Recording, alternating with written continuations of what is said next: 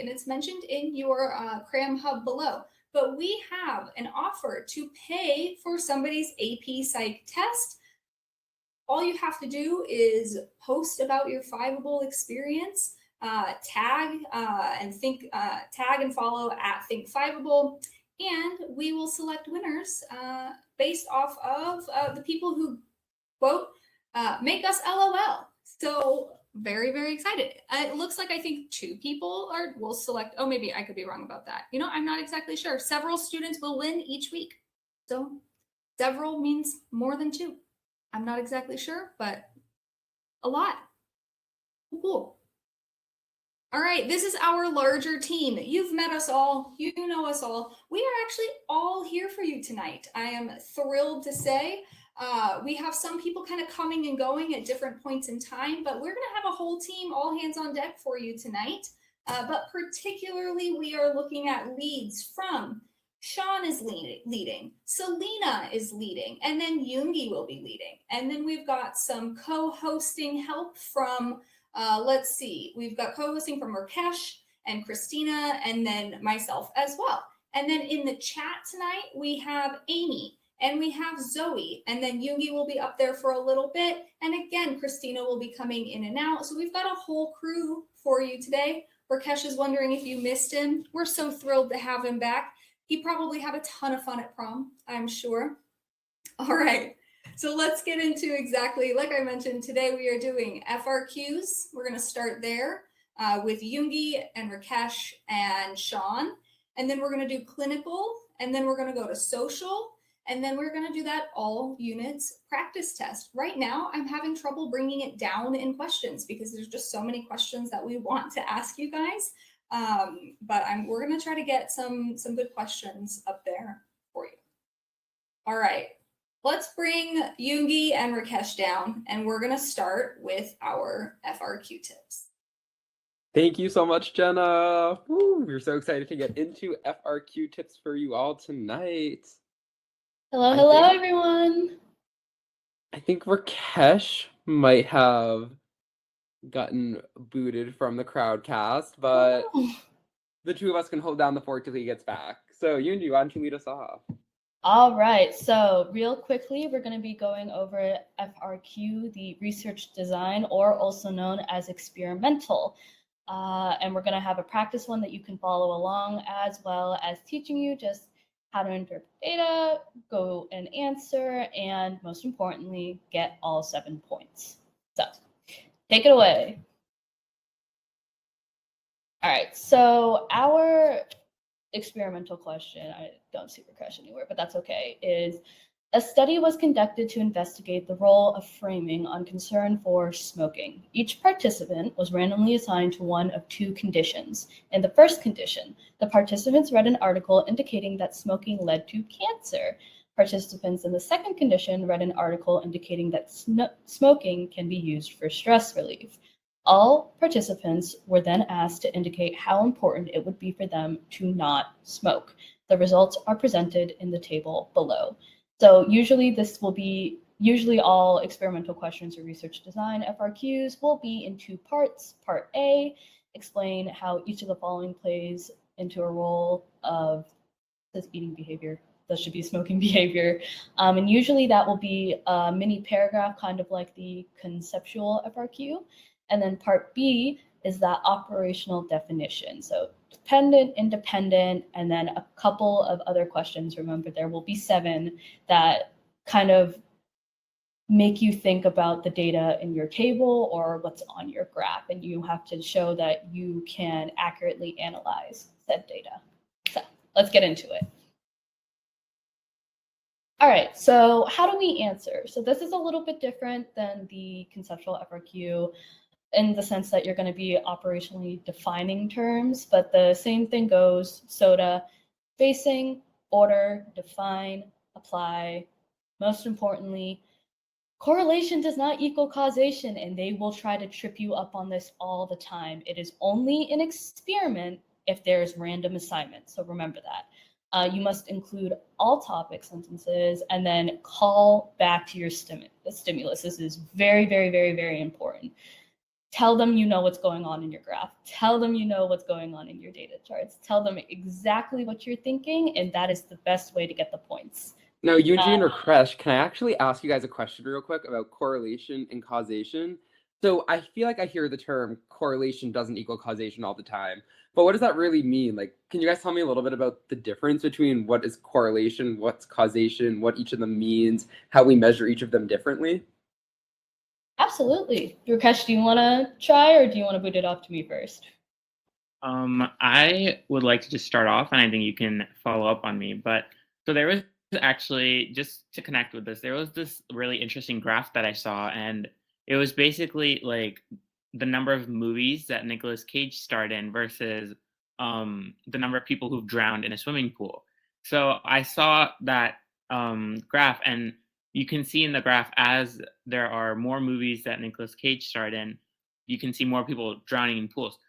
So people can kind of come to the conclusion that Nicolas Cage is the cause of people drowning in pools, when that is actually not true. So that's where you need to really understand what are some other confounding variables that can affect this. Like, how can we fully trust this graph? And Yoongi, if you'd like to explain more about that. Before that, that is a wonderful example of correlation that I actually heard in my research methods class. We talked about eating ice cream in the summer and homicide rates, which shockingly, if you confounded correlation and causation, you would think that eating ice cream causes people to kill more people, which is not true. But yeah, Yunji, I'll kick back over to you to tell us a little more. Homicide and ice cream? That makes me so sad. Maybe that confounding variable is it's hot. And as we know, heat makes us do crazy things. So correlation is kind of like how strong in your graph that relationship is. And then causation is kind of like a relationship between the two variables. So that correlation, if you had it's usually like a graph that looks like this, and there's a line. If it's let's say it's again that ice cream and then the homicide, and it's going up, and as well as temperature and then ice cream sales, that would be your correlation. Your causation would then be, oh, because there's more ice cream, there must be more murder. But again, that's not the case. So remember, correlation does not equal causation. All right. You want to take this one, Rakesh? Okay, of course. So how do you answer for your response question? So first, you have to apply concept. And you must always remember that College Board recommends when you add in studies and like examples, especially, just state the purpose. So just don't add them because you know them. You have to kind of say why. In other words, make it meaningful and add it in. Same thing with the imagination one. That's something we talked about in the previous CRAM. And that was like, just add things when you know it's going to support your argument. And to finish off this slide, it's just making sure that you're confident in identifying operational definition, hypothesis, dependent, independent variable. And also, I think it's not added here, but also like confounding variables, because I've seen that come up on a lot of FRQs that I've been taking. Yeah, especially state a confounding variable if it doesn't specify if your research design FRQ is in an experiment or is an experiment. Also, really quickly, there's also been a lot of times where they ask you to like say some flaws or like how you fix flaws. So I think that's really helpful when you're looking through these FRQs too. So just knowing what are maybe some ethical flaws. These are all things that they'll probably be asking you for too. So that's stuff you could know. Definitely know your APA stuff like the back of your hand, because most of the time they will actually, like 90% of the time, they will call upon like, was this experiment ethical? And then you're going to have to think, if it's the little Albert experiment, for example, you're going to think, no, it's not, because there was no debriefing. There was no protection of the said person, and it was traumatized. So. Yeah, you need to know how it wasn't ethical too, which are great examples you pointed out. And I personally love the experimental FRQ question because it's so important that we're learning how to be good scientists in the world. All right, so let's look at how we break it down. So part A, again, that's kind of like that mini essay, mini paragraph part. Usually you will be given, I think it's like 3 or 4 terms, but for this example, just because we want you guys to follow along, there's 2. And you have to take all of the terms and relate them into the question. Most importantly, you want to make sure you have a topic sentence, and then you have a sentence at the end that just ties everything together. And always make sure, since this is a paragraph, that you underline each term, because you don't want your reader to get lost in what you're saying. Anything to add, Sean? All right. Let's see, part B.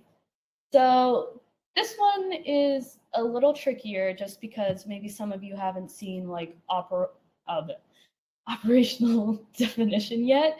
But essentially, they will ask you to operantly define either the independent, the dependent variable, and then they'll have a couple other questions relating into that data table.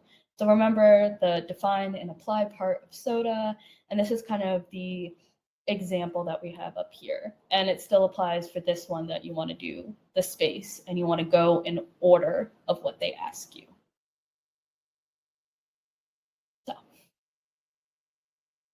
I think we're good here. If there's anything else you want to add, we have a quick Q&A just to answer some pressing questions. But honestly, make sure you just practice that FRQ, just run through it. And honestly, that will give you all the confidence that you need. Can we actually, can you guys give me a couple examples of operational definitions? I know we talked about it the other night, but that's one of those trickier things that I guess it's good to just get another refresher on.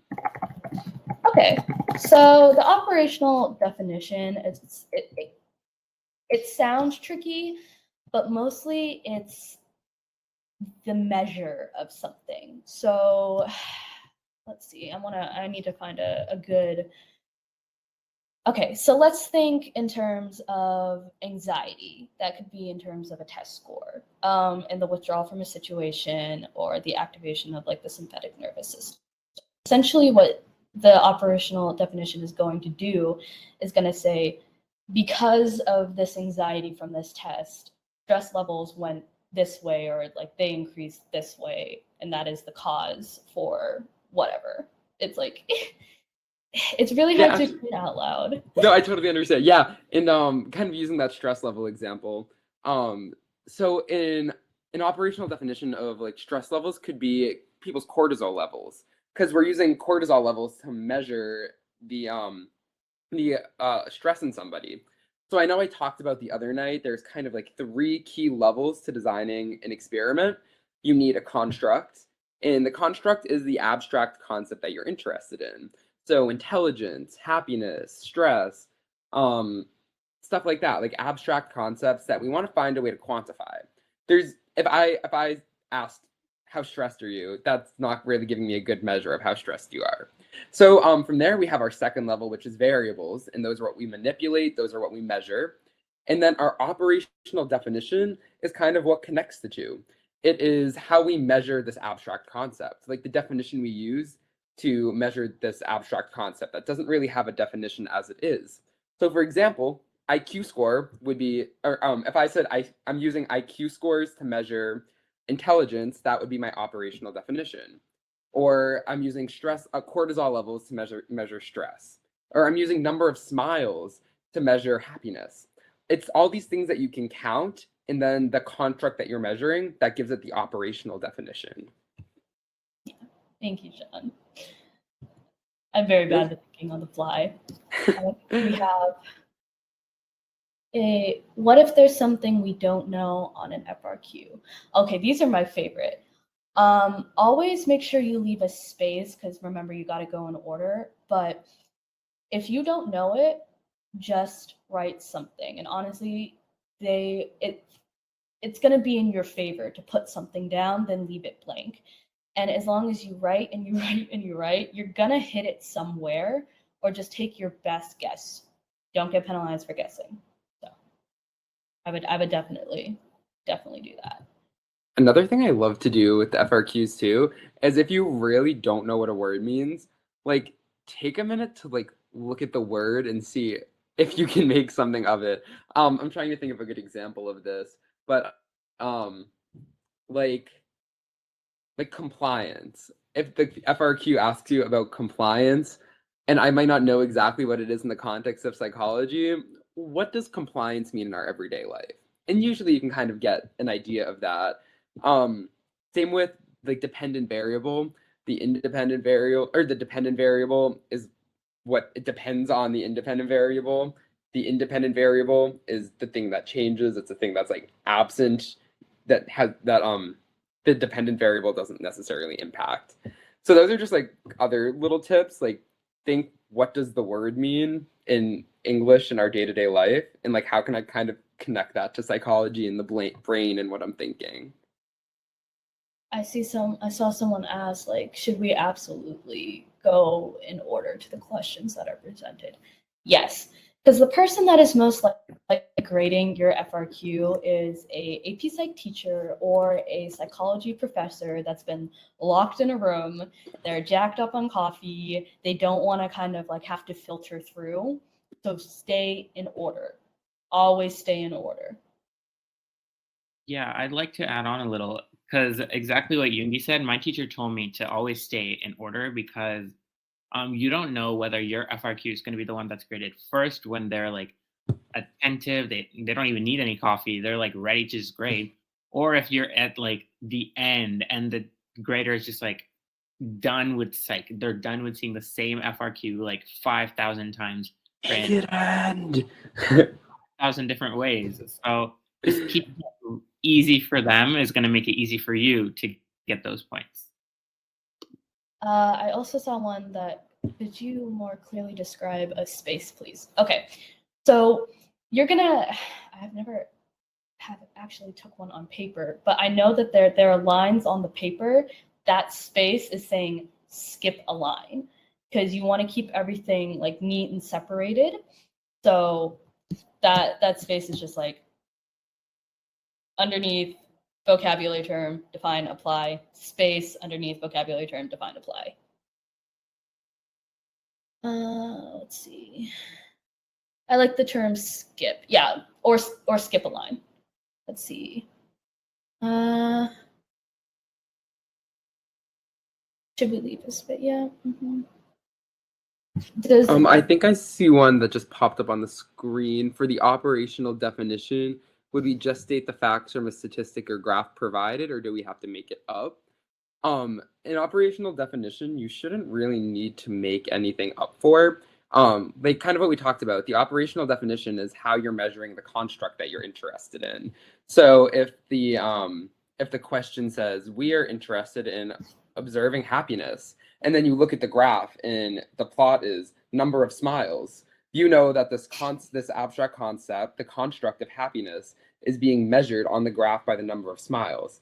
And therefore, you can find your operational definition of we are measuring smiles we are measuring happiness based on how many times you smile. The operational definition should be something you can count. Cortisol levels is going to be a number. IQ is going to be a number. Number of smiles is going to be a number. So all kind of things like that for operational definition. Yeah, sometimes on FRQs they don't give you like they just ask you for the operational definition. In that case, I always tend to go towards like like you said, the number of smiles. Like it needs to be a way that you can quantify something that's not really quantifiable, like happiness. You can't really exactly say I'm 5 happiness today, like I smiled 10 times today, like so just try finding a way. You could do like a survey or like the number of like candy children took for Halloween, something like that. So just be able to quantify a concept that is not really quantifiable. Awesome. And then I saw another question pop up for a second, but it went away pretty quickly. And I think it's a interesting one to address with everybody. But it was about p-values and when does the p-value become significant? So do either of you guys want to take that, or do you want me to explain p-values? I mean, it is completely up to you, but I mean, there's usually with p-value, I don't know if any of you have or remember seeing the graph, but it's defined as like the probability under the assumption of no effect or no difference. So nullification of the hypothesis of obtaining a result that's like equal to what you've stated, or it's like more extreme than what you actually observed. So kind of think of it as like it's a scale, and that's when it becomes only when it's equal or it's more statistically significant. Awesome, yeah. And if there's one thing, I don't know if this is on the AP Psych curriculum exactly, but as potential future psychologists of the world, a p-value is the probability of your data given the null. So what that means is how likely is it that the data that you got was by chance, pretty much. And what our p-value is, it's a value between 0 and 1, and that's saying what are the odds that there was the relationship that you observed was observed by chance. And as psychologists, we're willing to accept that 5% of the time it might be due to chance, and that's a risk we're willing to take, especially in a field that usually has very low correlations. And so what we do is anything that is, when we get our p-value, when the p-value is less than 0.05, that is basically saying that there's a less than 5% chance that this relationship that I observed was due to chance. So if the p-value is greater than 0.05, we accept the null hypothesis. And the null hypothesis pretty much means there's no relationship or there's no significant effect. If the p-value is less than 0.05, we reject the null hypothesis. So yeah, usually when we find a p-value, again, just general tip, it's usually like a lot lower than 0.05, and it's usually considered p-hacking, or psychologists' research is called into question if a lot of times it is very much like close to that 0.05 threshold, because there's a lot of researcher degrees of freedom. But yeah, so that's a little bit about p-values. If there's one thing to take away from p-values, it is the probability of the data given the null.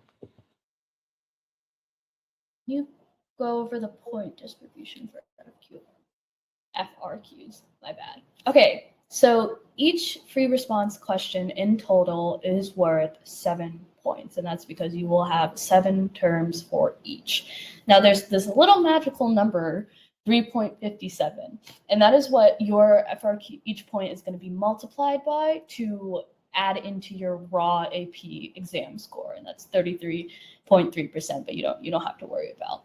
What you want to be aware of is that because it's 1/3 of your entire exam grade, for each individual term, you're going to get 1 point. And it's either you get that 1 point in the 3.57 or you do not.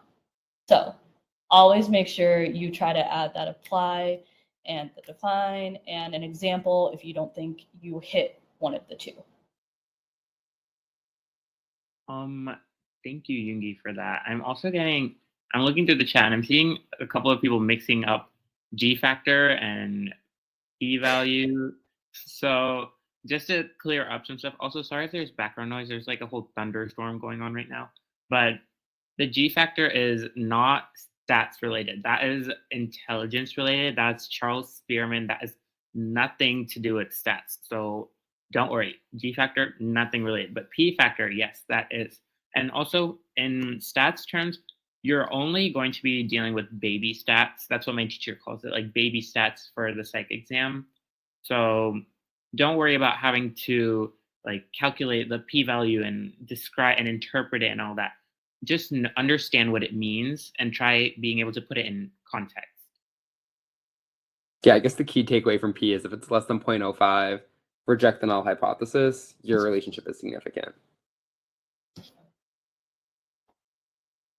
Cool. Right. I think with that just about brings us to the end of that unit.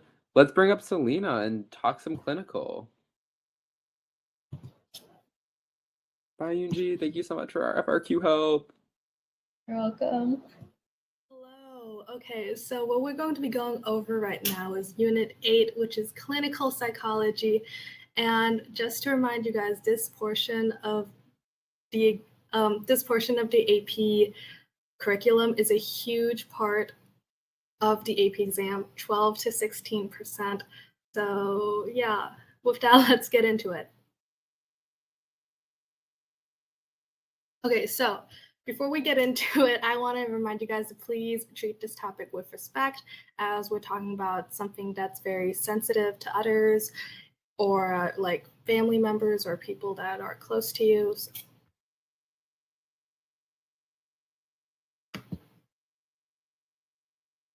Okay, so for this slide, Rakesh is going to begin with our intro. Thank you. Also, on the note of treating this topic with respect, please do not self-diagnose or diagnose other people in this unit. That is really sensitive, so let's keep it clean. Okay, so let's start. Psychological disorders. So these are basically syndromes marked by clinical disturbance in cognitive functions, behavior, or emotions. They must be maladaptive, dysfunctional, atypical, dangerous, or distressing. You don't really need to know that, so that's why I didn't have a mnemonic for it. I usually have a mnemonic for everything. But so classification and labeling, the most important one is the DSM-5, which is the 5th edition of the Diagnostic and Statistical Manual of Mental Disorders. So this includes a diagnostic description and criteria, prevalence, suicide risk, and some other info, but it doesn't explain causes or cures. And also remember, labels can have downsides and the rise of biases. So a really interesting study that I'd kind of like to discuss about is the Rosenhan study. I don't know if I'm saying that right, but we're just going to go with it. So in this study, basically, Rosenhan and his colleagues pretended to hear voices to get admitted into a psychiatric hospital where they were diagnosed with schizophrenia. And after being admitted, they acted normally and they told people that the voices were gone, but the staff still continued to look at the behavior and call it abnormal. So through this experiment, you can kind of tell how biases sort to form even after the label is kind of diminished. So yeah, with that wonderful introduction, we are going to get into neurodevelopmental disorders. And before we kind of get into the different disorders, I kind of wanted to go through some ways that you guys can memorize these disorders easier, because I know there's probably going to be a lot of questions like, how am I supposed to remember when there's literally like 100 disorders that are on the AP exam? So it's way easier to remember these disorders when you group them. So like neurodevelopmental disorders, they all have to do with like the brain or like cognition. So when you remember them in groups, they all have like kind of similar symptoms. So that's one way you can remember it. And another way that really helped me last year to get a 5 on the AP exam is I looked for like characters in like books or like TV shows that are like display similar symptoms. So every time I'd see the name of the disorder, I'd be like, oh, this person from this TV show or this book has similar symptoms. So yeah, okay, back to neurodevelopmental disorders. So these are disorders characterized by impairment in cognition, communication, behavior, and motor skills, and resulting from abnormal brain development. So some common conditions are ADHD, which is attention deficit / hyperactivity disorder. And this is a disorder characterized by extreme inattention and or hyperactivity. And then the next one we have autism spectrum disorder, also known as ASD. And this is characterized by atypical behavior, interest, thought processes, speech, and interactions with other people. And for intellectual disabilities, so this is kind of a disorder where a person's ability to learn at an expected level and function at daily life is affected. And some requirements to be diagnosed with an intellectual disability is that the condition must manifest before you turn 18 years old. And an IQ below 70 can be an indicator that you do have an intellectual disability. So some causes of this are brain injury, disease, and other problems. And this does include ASD because you are born with ASD, or like it's passed down through genetics, so it won't be caused by brain injury or diseases or other problems. And more causes are exposure to teratogens or complications during pregnancy, which is also like linked to exposure to alcohol and tobacco and environmental risks while in the pregnancy stage. And then, of course, we also have genetics. Okay, next slide, please. So the next slide is about schizophrenia plus psychotic disorders, and these are disorders characterized by irrational ideas, distorted perceptions, and loss of contact with reality. And of course, the big condition that we're going to focus on here is schizophrenia, which is characterized by delusions, hallucinations, disorganized speech, and inappropriate expression of emotions.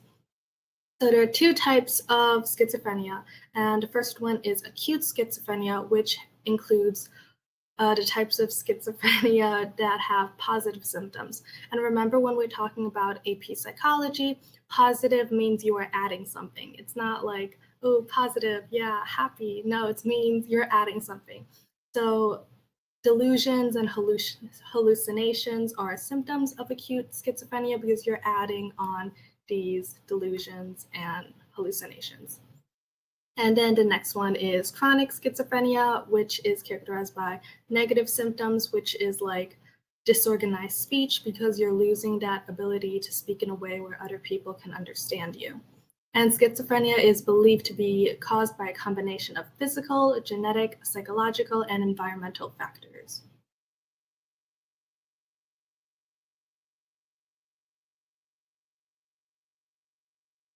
And Rakesh will talk to you guys more about mood disorders and more specifically depressive disorders. Okay. So mood disorders specifically are characterized by persistent sad, empty, or irritable mood. And you'll see that again when we talk about bipolar disorders. And if you're in our CRAM, you guys should have heard about that. So depressive disorders, let's talk about the main 5, and then I'm going to go in a little more deeper into some of the causes because there's some highlighting causes that I think we should discuss. So we have major depressive disorder, that's the main one. We have disruptive mood dysregulation disorder, dysthymia, I'm so bad with pronunciation. Then seasonal affective disorder and postpartum depression. I'd really like to look at the last 2 because whenever, like Selena said, it's better to group them like mood disorders and depressive disorders instead of trying to memorize each specific disorder's symptoms and causes. But in this case, there's a couple like seasonal affective disorder that is really specific to there's one main cause, and that is a specific season. And what happens is when you maybe like winter or summer, people tend to start feeling a loss of interest and depressive symptoms.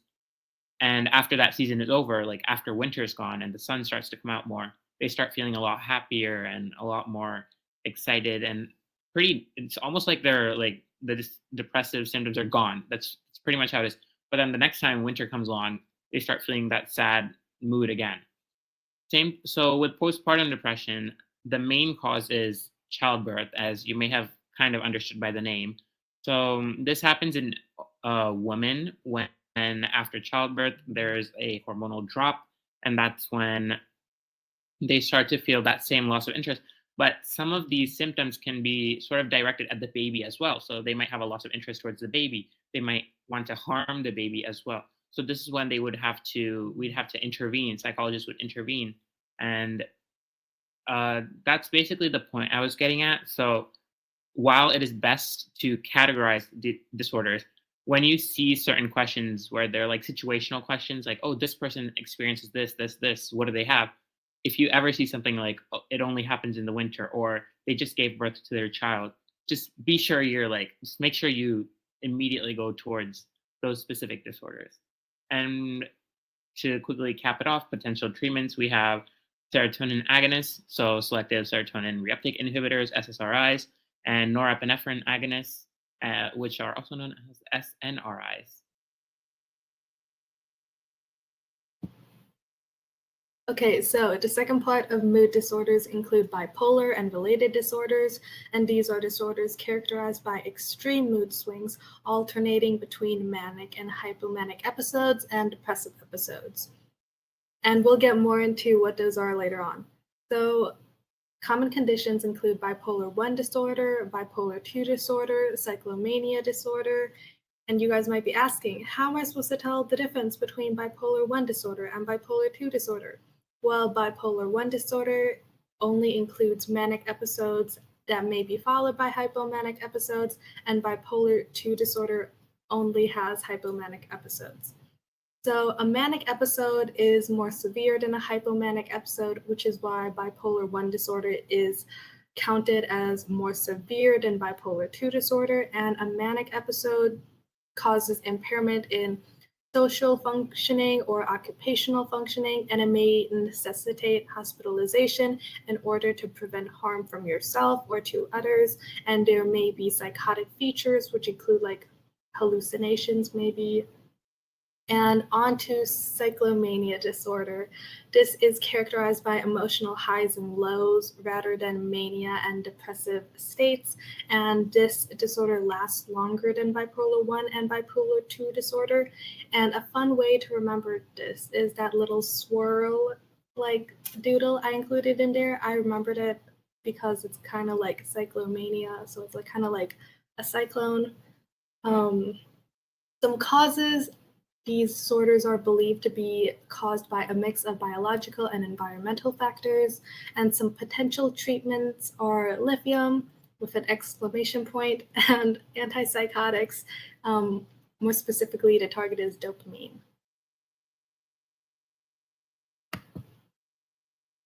So please bear with me because this is a massive slide.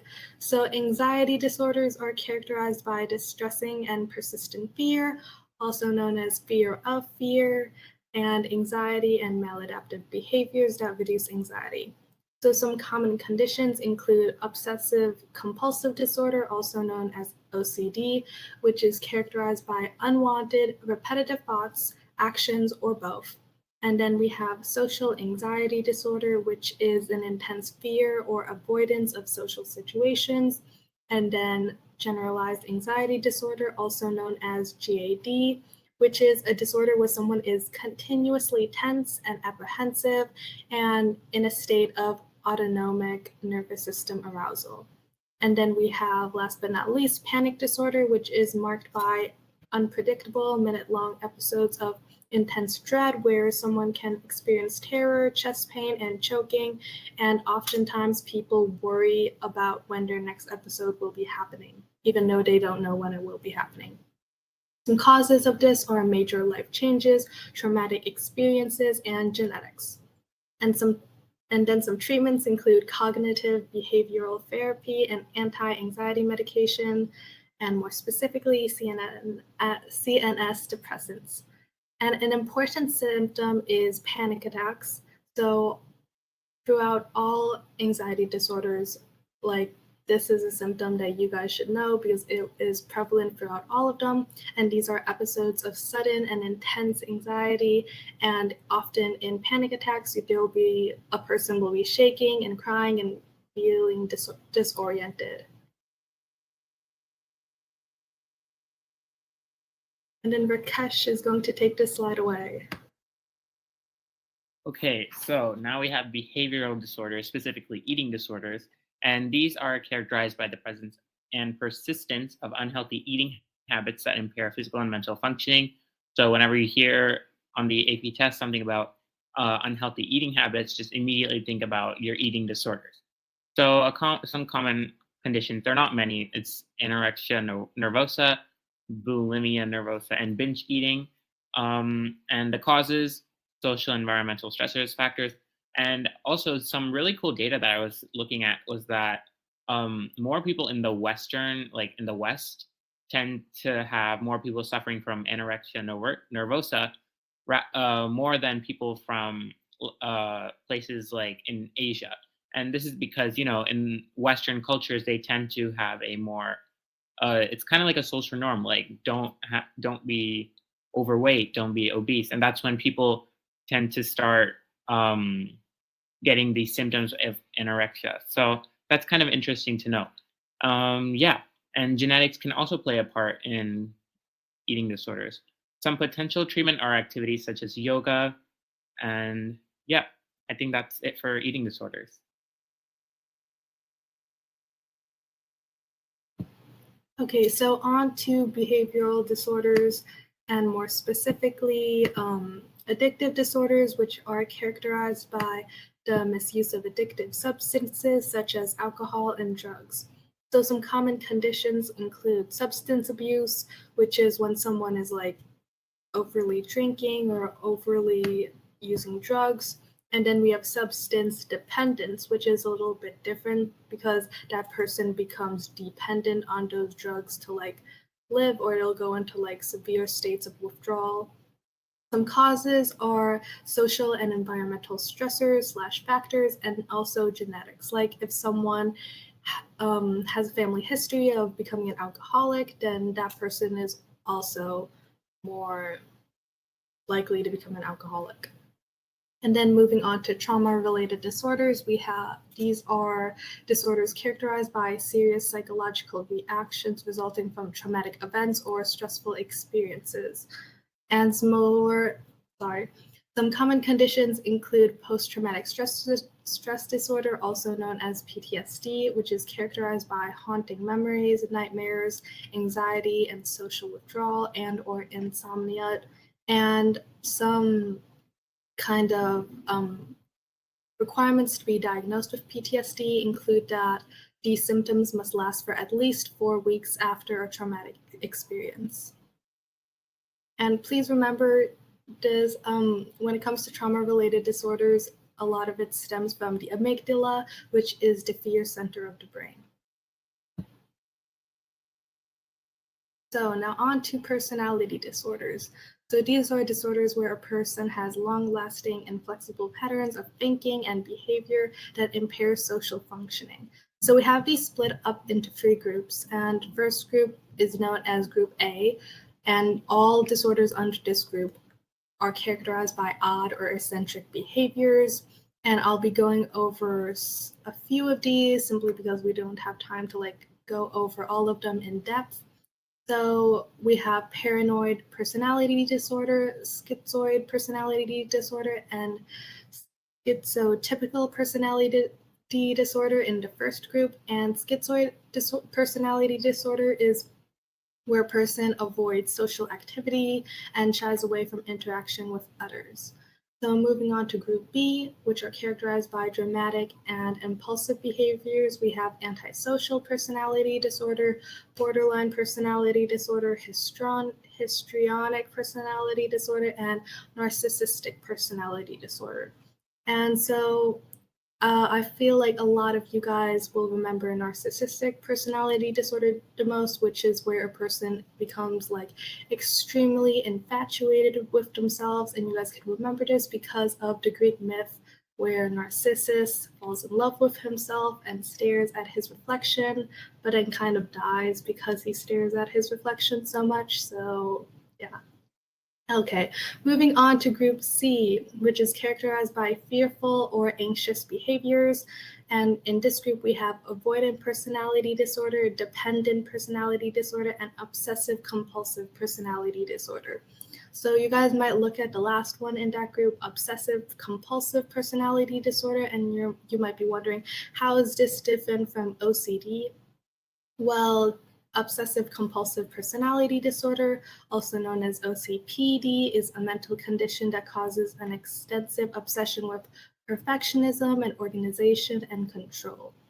So the causes of personality disorders often stem from environmental factors and genetics, and some treatments include medications like antidepressants and mood stabilizers, along with psychotherapy.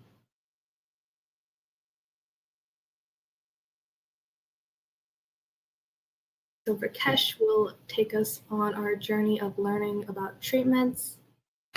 Okay, so I think this is the last slide for this unit, but for treatments, we have specific categories like therapy, medication. There's also biomedical treatments, so we'll just go over some of the main ones. There's behavioral therapy, cognitive behavioral therapy. That's a really important one, cognitive behavioral therapy. Exposure therapies, those are centered towards phobias, and rational emotive behavioral therapy, client-centered talk therapy. Something I would recommend that you know is a psychologist that sort of created these kind of therapies, and maybe like what each therapy aims to do. So that's kind of important to know. And medication-wise, we discussed this before: antidepressant, SNRIs, SSRIs, anti-anxiety drugs, mood stabilizers like lithium. We have antipsychotic drugs. A con for this is tardive dyskinesia, and this is when there's like a loss of movement, if I'm not wrong, and this is kind of like a side effect of antipsychotic medications. So others, we have electroconvulsive therapy. These are like the biomedical kind of ones. We have electroconvulsive therapy, RTMS, deep brain stimulation, and psychosurgery. This is when they physically actually like change your body to kind of adjust to, or kind of like reduce or like control your symptoms.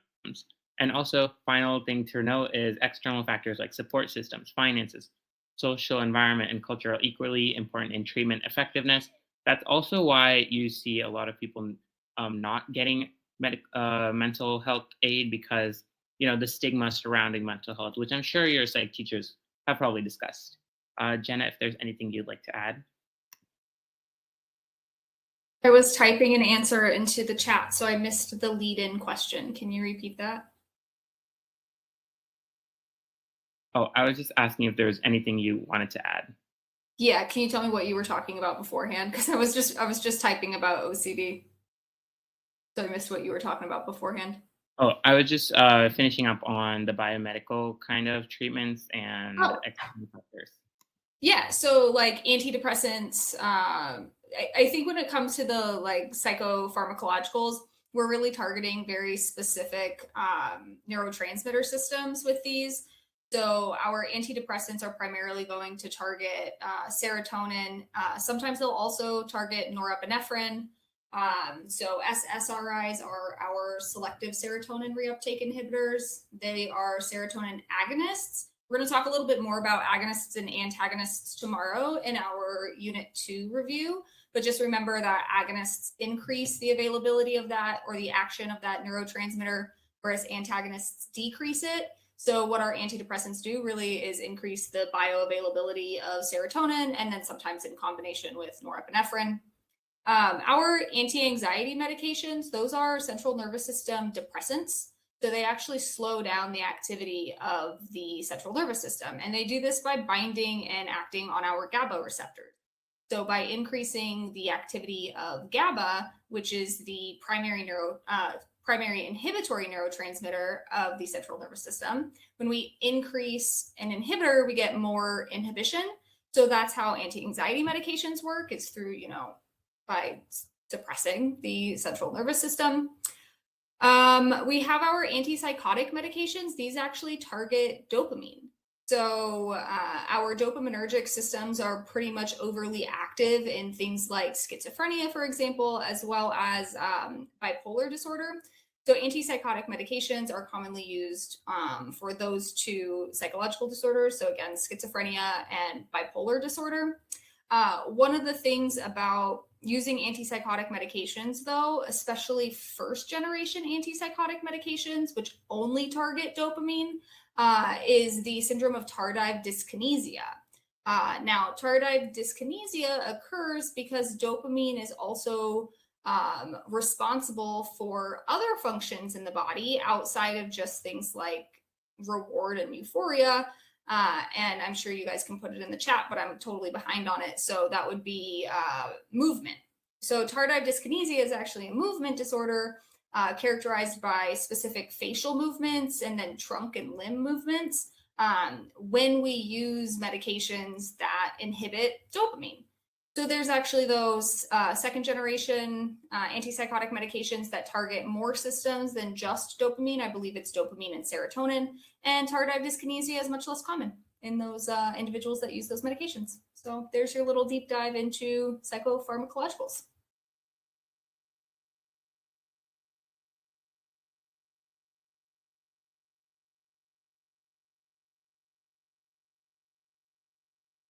Rakesh, were you gonna, is it the next slide or are we keeping going with others and remember?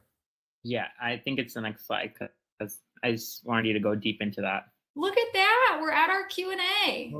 So I know there's a ton of questions in the Q&A tab that we're gonna get sent up to our screen. And then I'm also gonna try to dig through the chat that's right here. So I'm gonna try to dig through the chat while Selena and Rakesh, let me know if you want me to tackle any of these questions. Yeah, okay. I actually saw someone had a question about what is histrionic personality disorder. And so basically I wanted to go over that. It's a disorder where one seeks attention and talks dramatically with strong opinions and is also easily influenced by others. I saw someone also put Regina George as an example of this, and I thought that was really funny. There was this really good question that I saw, which was, what is narcissism versus egocentrism? And I just like to say egocentrism is a development thing. See, development does come in handy. Egocentrism is mainly seen in children when they're unable to take they're unable to look at things from the perspective of others. And a cute little example of this is actually it was in my psych textbook, and it was when this little girl, she was playing with like memory cards, and she was showing her grandpa like, here, I got a match. But the thing was, like, the match was facing her, so her grandpa couldn't see the match.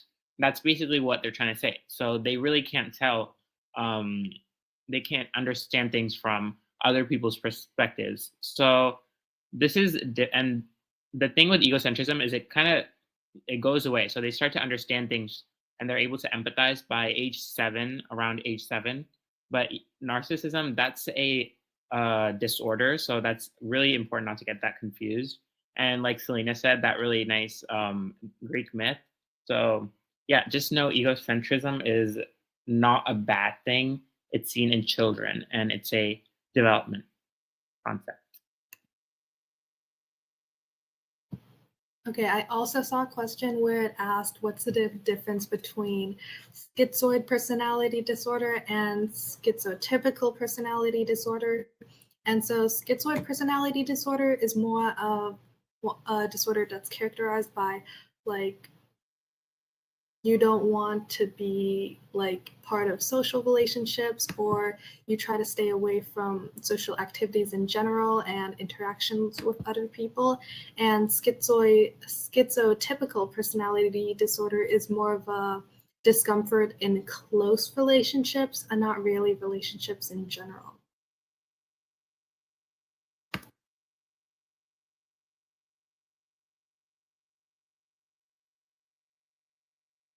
I think another question, this is kind of back to Unit 5, but I think we can just quickly go over that. It was about the difference between internal and external locus of control. So I'm just going to go over that quickly because that's not super relevant to Unit 8. But internal locus of control is believing that actions are caused due to yourself. So thinking like, if I study, I'm going to pass this AP exam. But an external locus of control is kind of like, fate, luck. Like maybe if I close my eyes or flip a coin and I circle in the right answer, I'll pass. So just think of external as in external factors, internal as in yourself, inside of you. Okay, I see a question that keeps popping up, and what's the difference between histrionic and narcissism? So histrionic is like you seek the attention from other people. You're kind of like looking for drama, and you talk like, when you're talking very dramatically, it's also sort of like that seeking drama element. While narcissistic is like you're obsessed with yourself and you really don't need to seek attention from other people.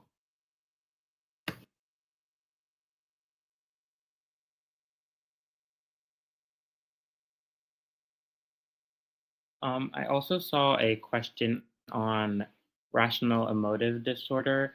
And so rational emotive disorder, that's basically where the therapy is centered on trying to understand irrational behaviors and trying to, rationalize those behaviors. So that's pretty much, I think you can understand that in the name too, like rational emotive.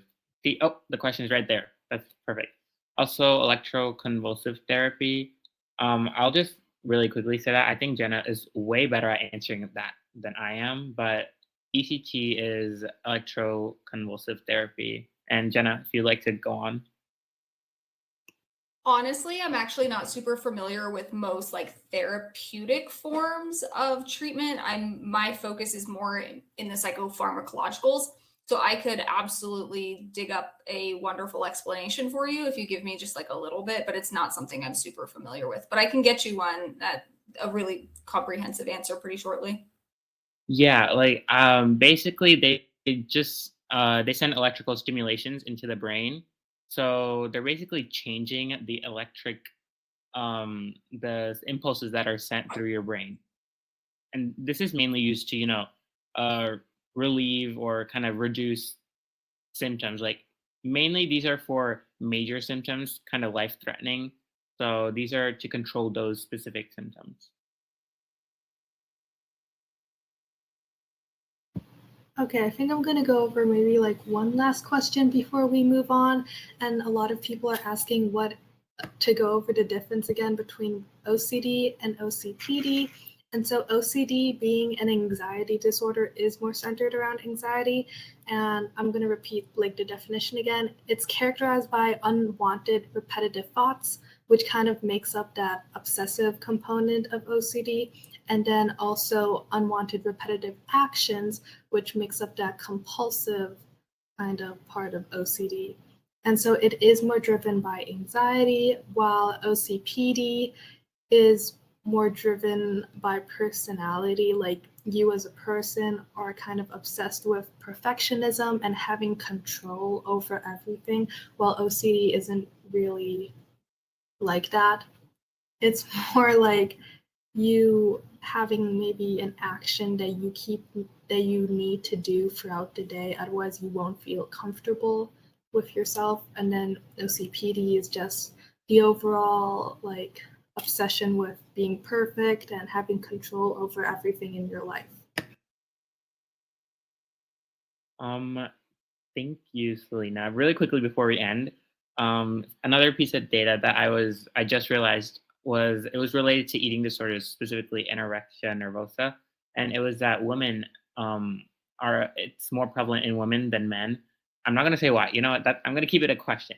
So if y'all can explain why, throw that in the chat. And I think we can end. Oh, there is another question up there. Is alcohol fetal? I think it's fetal alcohol syndrome. I think they typed it wrong. An example of neurodevelopmental disorders. I've categorized that one in the development unit, and that's basically back to teratogens when a pregnant woman specifically drinks alcohol, and that sort of has a lot of physical and cognitive defects that start to appear in the child. And these are lifelong, by the way. These don't leave after a while. These are lifelong. So, and then with fetal alcohol syndrome too, it's not technically classified as a neurodevelopmental disorder. There are neurodevelopmental symptoms, but it's technically classified as a congenital disorder. So, yeah, not quite the same thing, even though the symptoms inhibit similar areas. It's not technically a neurodevelopmental disorder.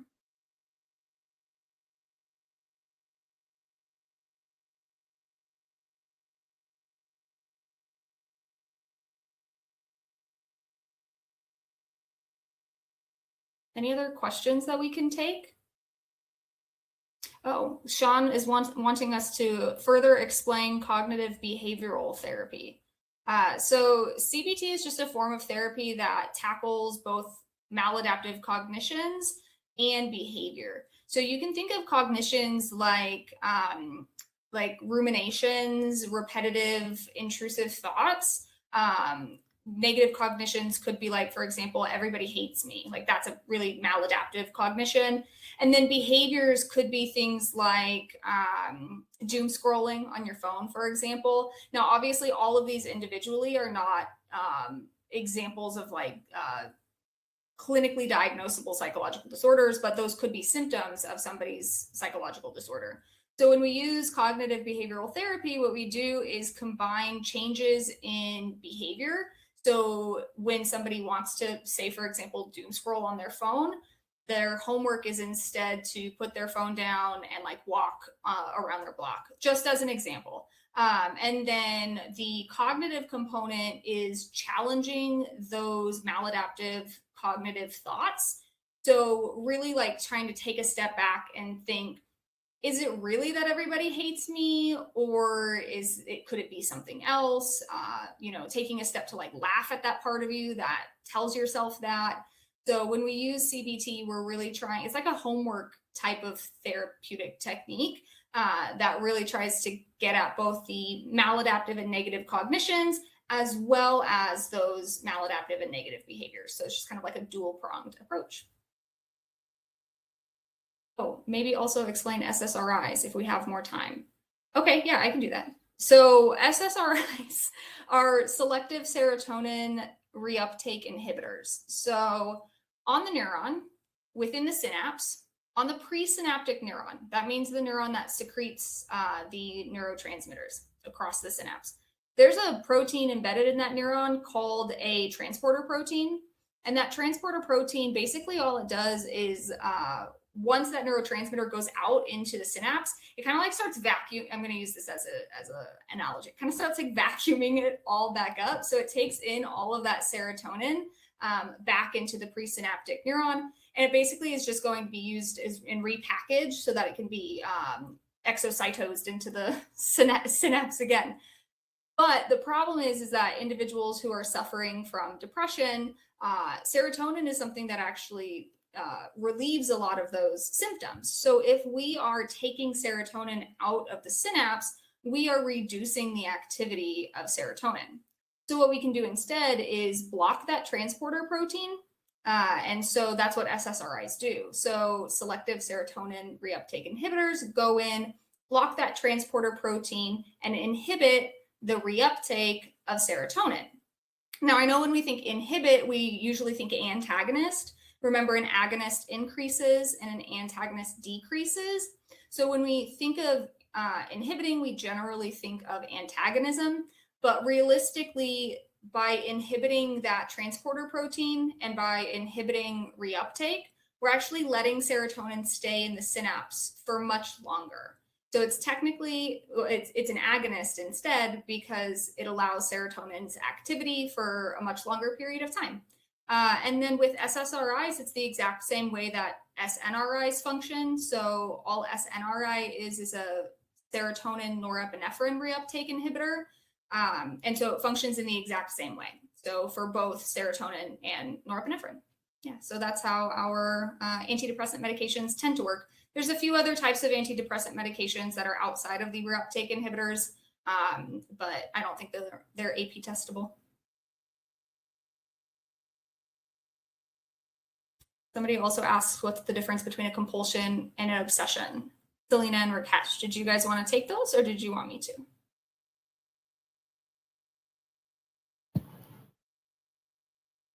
I think it's okay if you take it. Yeah, absolutely. Yeah, of course. So obsessions and compulsions are different in that one is a cognition and one is a behavior. So when we look at obsessions are thought processes. They are patterns of thought that are incredibly intrusive. And so that is the cognitive component of OCD. So an obsession could be something like fear of harm for yourself or for others, fear of, it's not always fear, but yeah, commonly things like harm to self or others. There's a lot of pathogen-related obsessions. There's a lot of obsessions for things like order or counting or symmetry. So the obsession is the cognitive component. And it becomes OCD when we pair that cognitive component with a behavior that temporarily satisfies that cognition. So for example, if we have intense, intrusive, unwanted, overwhelming, and chronic needs to wash our hands and clean everything around us, so like a clinically diagnosable case of obsessions that's like overwhelming, we can pair that with a behavior of hand washing. If we're so afraid of germs that we are compulsively hand washing, that temporarily actually reduces the intensity of the obsession. So it's a kind of temporary solution that's going to reduce the anxiety that comes from the obsession. Now, I'm going to throw this out to you guys and ask, what type of operant conditioning technique are we using if we are increasing the likelihood of a behavior, a compulsion, because when we do it, it reduces the anxiety from our obsessions? So I have like 100 and something messages over there. There's no way I'm going to get to it now, so I'm just going to keep going. But yeah, our obsessions are cognitions. Our compulsions are behaviors that temporarily satisfy those cognitions, and they do so through negative reinforcement because they reduce the anxiety and it makes that behavior more likely. So I hope that that makes sense. Any others?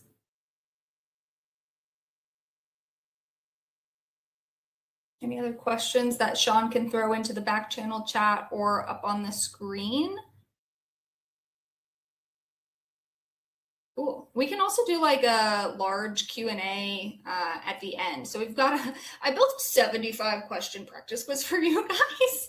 So I'm hoping that we'll still have time for all of for like a large Q&A. If we want to move forward now, we can probably make time for a longer Q&A at the end. Does that sound good for you guys? Perfect. All right. So if you have any more questions on this unit, just hold tight or throw them over into the Q&A tab. And we'll switch over to social.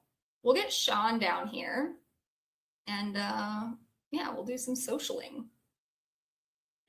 Hey, everyone. Welcome back, Sean. Actually, Unit 9 is my favorite unit of AP Psychology, and social psych is my favorite topic in all of psychology. Thrilled for you for that. Yeah, I think it's super interesting to think about like how we work in relation to other people. I think so much of like psychology is like how we interact with people, why we interact with people. And I think that's perhaps like to me, it's the most interesting thing. I know, Jenna, you love your brain and your neuro and bio and all that stuff, but honestly, it's one of my least favorite units from a research perspective, but I do like the phenomena just from like a human perspective. Like, I think it's really, really cool, but it's just not something I ever want to research. Yeah, I mean, it's super interesting to learn why we act the way we do, although it is very hard to create experimental studies, especially like causal ones, when studying human behavior. But cool. So let's get right into Unit 9. Awesome. Let's first start with attributions. So attributions are ideas that we develop to explain different situations, behaviors, and characteristics. And there are two main types of attributions, which will become super important when we think about the fundamental attribution error. So we first have situational causes, and those are external events, opportunities, and environments play a factor in causing a behavior. For example, an example of a situational cause would be he did bad on the test because it was extremely difficult. That's attributing the difficulty to the exam rather than a lack of studying or a lack of preparation, whereas those would be dispositional causes. So a dispositional cause is more internal. It's, internal motives and personality characteristics cause our behaviors. So for example, he did well on the test because he studied a lot. He did bad on the test because he didn't study a lot. Does everyone want to take a second, maybe drop another example of either a situational or dispositional cause in the chat? I'm never going to catch up in this chat tonight, I don't think. I'm 130 back right now. It gets to a point where it's just beyond catching up. But some other examples of situational causes would be, oh my gosh, it's hard to come up with things off the top of our head. Oh, while you're driving, a situational cause, if someone cuts you off, might be they missed their turn and they're not doing it to be a bad person. They're just doing it so they can make the exit and save the turn because they were confused. This happened to me earlier today because let me tell you, driving to Boston is a nightmare. But the car behind me, let me tell you, I'm pretty sure by the way they hit their horn, they were attributing it much more to me as a person, thinking that I'm a bad person, I'm a jerk for cutting them off. How dare you? right? And that would be an example of a more dispositional cause, because they're attributing this what happened to me as a person rather than the situation that I was in. So cool, Love it. awesome. I'm seeing great examples flowing in the chat, so definitely read all of those, and we can hop over to the next slide. There's just a comment here from Zoe from 6 minutes ago that's now completely out of context for me that just says, OMG, can I take it, Jenna? And I'm like, what were we even talking about? I actually think that was obsessions and compulsions. Nice. I'm sorry, Zoe, I didn't see your question. I would have let you pop down and give the answer. I'm real sorry. Cool. So now, when we think a little more about attributions, especially in the world of social psychology, we talk a lot about the biases of attributions. So for example, we have the self-serving bias, which means we attribute our successes to dispositions, so internal characteristics, but our failures to the situation, so external characteristics. For example, I did so good on the test because I put so much work into it, and I'm such a good student, and I study so much, and I study all the time, and that is why I got a good grade on the test. Whereas, on the opposite hand, if I didn't do too good on that psychology test, I don't know how hard your tests are, Jenna, but They're not as hard as the AP Psych test. They're not. Yeah. I think that too, actually. I think college exams are easier than the AP Psych exam. Yeah, my tests are harder than the Fiveable quizzes, but they're not as hard as the AP Psych test. Yeah. So then, yeah, the other end of the self-serving bias would be, I did awful on the test because the professor is mean, they're a bad teacher, and their exam is too hard, which is what I think about the College Board sometimes. So, but yeah, that's a self-serving bias in action. When we talk about our successes in terms of our innate characteristics, who we are as people, and we talk about our failures as the situation, as a product of the environment that we were placed in. Which kind of segues well into the just world hypothesis, which is the idea that the world is fair and people get what they deserve. In more simplified terms, it's the idea that bad things happen to bad people and good things happen to good people. And the probably most well-known example of it is karma. If I do something good's going to come back and happen for me. If I do something bad, karma's going to get you. So that's one of the most common examples. And then the most common example of the just world hypothesis in everyday life is actually victim blaming, where victims... Excellent example of this hypothesis. Yeah, it's definitely one of the most applicable and present ones in the real world that we see, unfortunately. Awesome. And it's the idea that victims of sexual assault are often blamed for the attack. They're bad people, and that's why it happened. Which is horrible to think about, but unfortunately that is the just world hypothesis in more of a sad term. Although we also did talk about the just world hypothesis the other night for anyone who was with us during night 2. I think we used an example of like Sally throwing rocks at a seagull or something, and then Sally fainting. I was like, yeah. Somebody goes, she faints because I think she was throwing rocks, and I was like, you know what? Let's roll with it. I was like, I mean, it's right. So yeah, so there's a lot of applications for the just world hypothesis, but the ones we see most often are the idea of karma and unfortunately victim blaming. Yeah, absolutely. So a third bias of attribution is that we a lot of the time assume that others think and react like we do, and we tend to overestimate how much other people agree with us. Especially when trying to understand the way that someone behaves the way they do. We assume when someone's put in a specific position, they are reacting the same way that we would. So for example, if I am a big fan of one political candidate, I would think they must have a lot of support because I support the political candidate. So that likely the consensus among the masses is that they support this candidate as well. So that is the false consensus effect. Look, I'm going to be honest with this false consensus. Now I can't speak today. A hard word. Effect. It's kind of for a little bit. I'm guilty of this one all the time. Things that I'm just like, I would have never done that. I'm like, what is wrong with you? And then you really got to talk yourself down and be like, well, just a reminder, Jenna, false consensus effect. Exactly. I can't think today. I am guilty of this one is what I was looking for. Also, another example of the false consensus effect, actually, that happens with teachers a lot, is they'll be like, "This makes sense, right?" That's another example of the false consensus effect. No response is usually treated as, "Yeah, we all understand."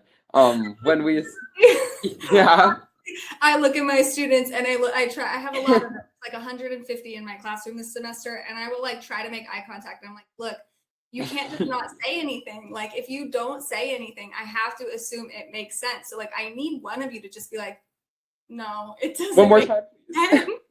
And then I can elaborate and I can explain. But if you guys don't say anything, what am I supposed to do? Exactly. You guys are vocal in the chat though. If Oh, most definitely.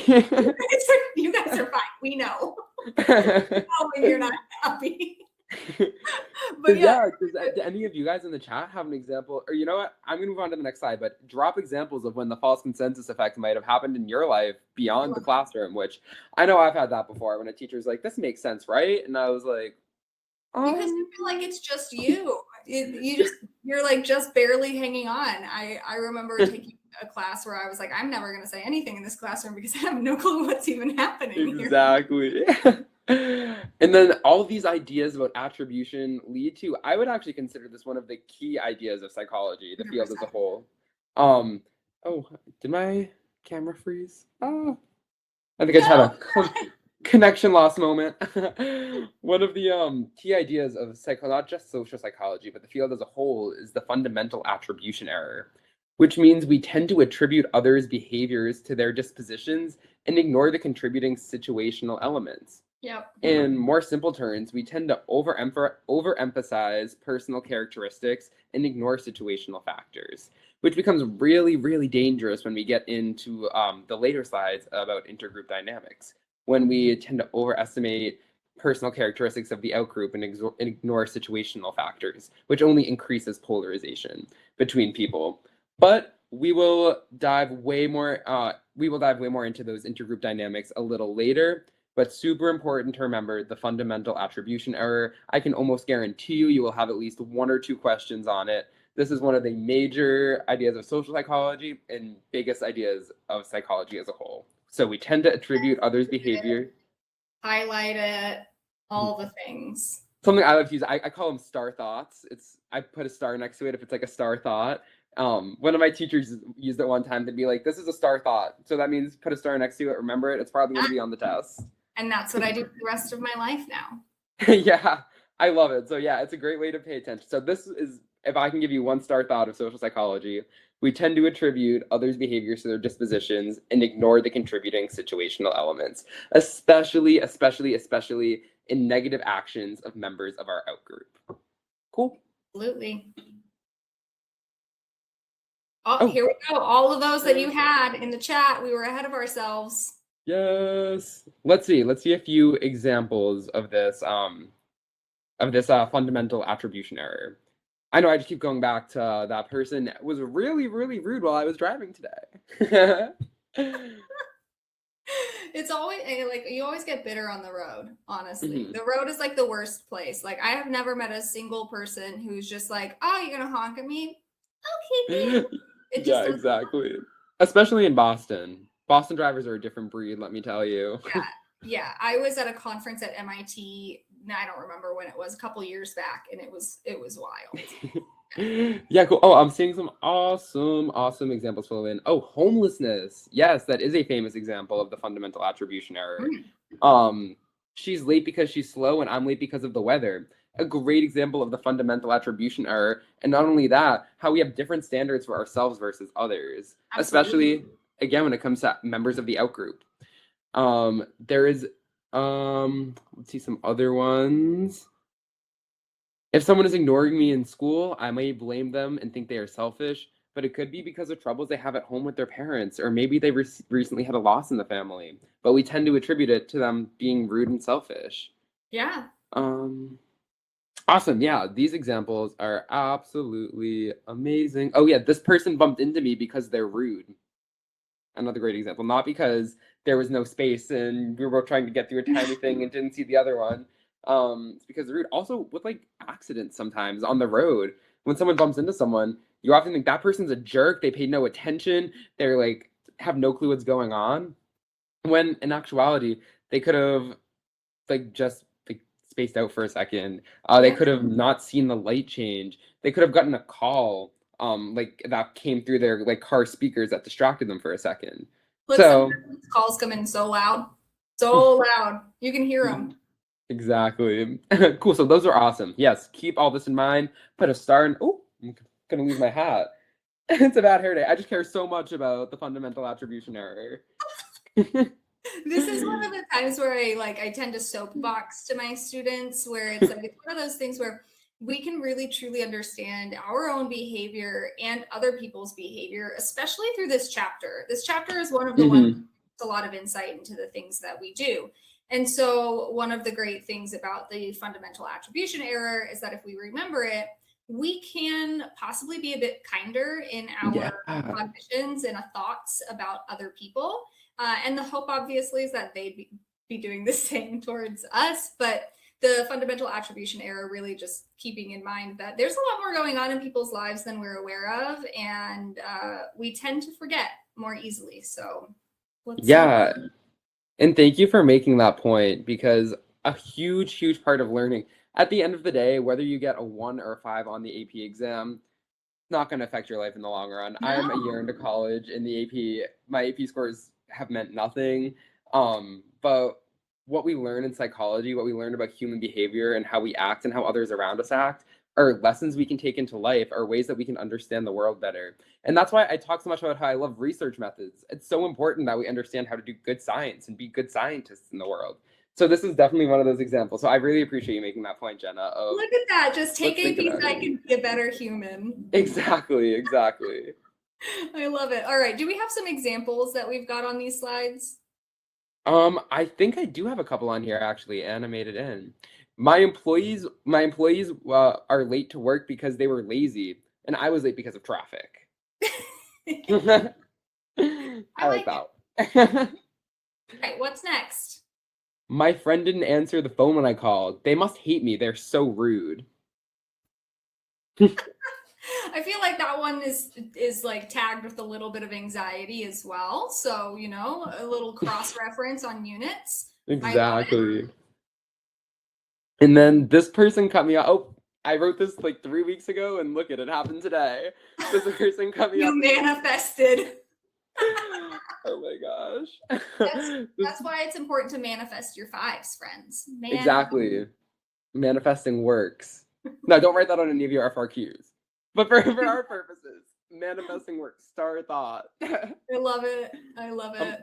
Yeah, this person cut me off at the intersection because they are a jerk. They must be an awful person.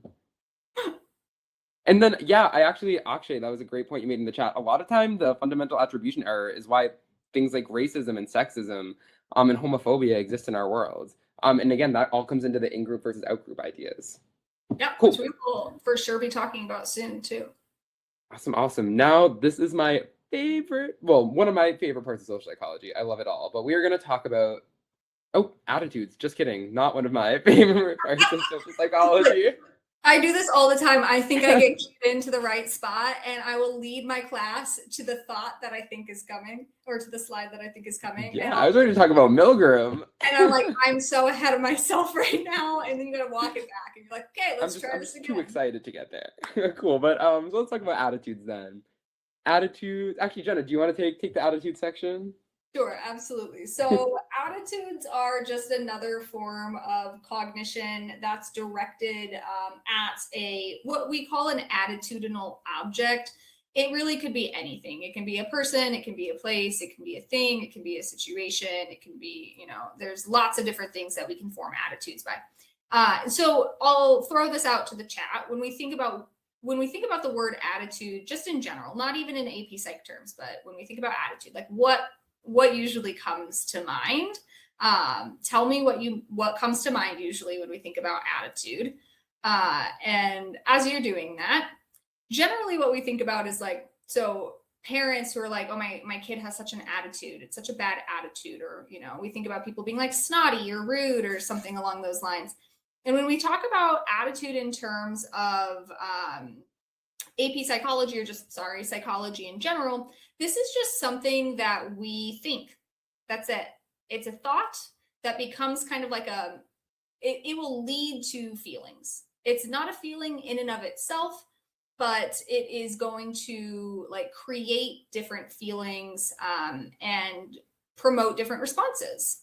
So we form our attitudes through just our general experience. So we can form attitudes through like the way that we're raised. We can form attitudes.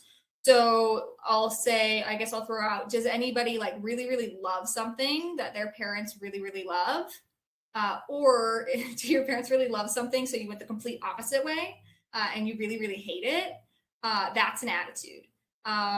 So like there's this band that my dad loved growing up and I hated them. And then it took me until I was like almost an adult to be like, they're actually pretty good. Like this. That's your attitude, right? And when we are developing attitudes, this is going to be through predominantly observational learning as well as classical conditioning. So we classically condition that attitudinal response or the emotional response that's going to cause it through, again, classical conditioning. Now, one really cool thing about attitudes is that we can actually strengthen them or weaken them.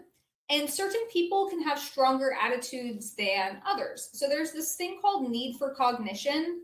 Need for cognition is just our general like predisposition to want to obtain new knowledge.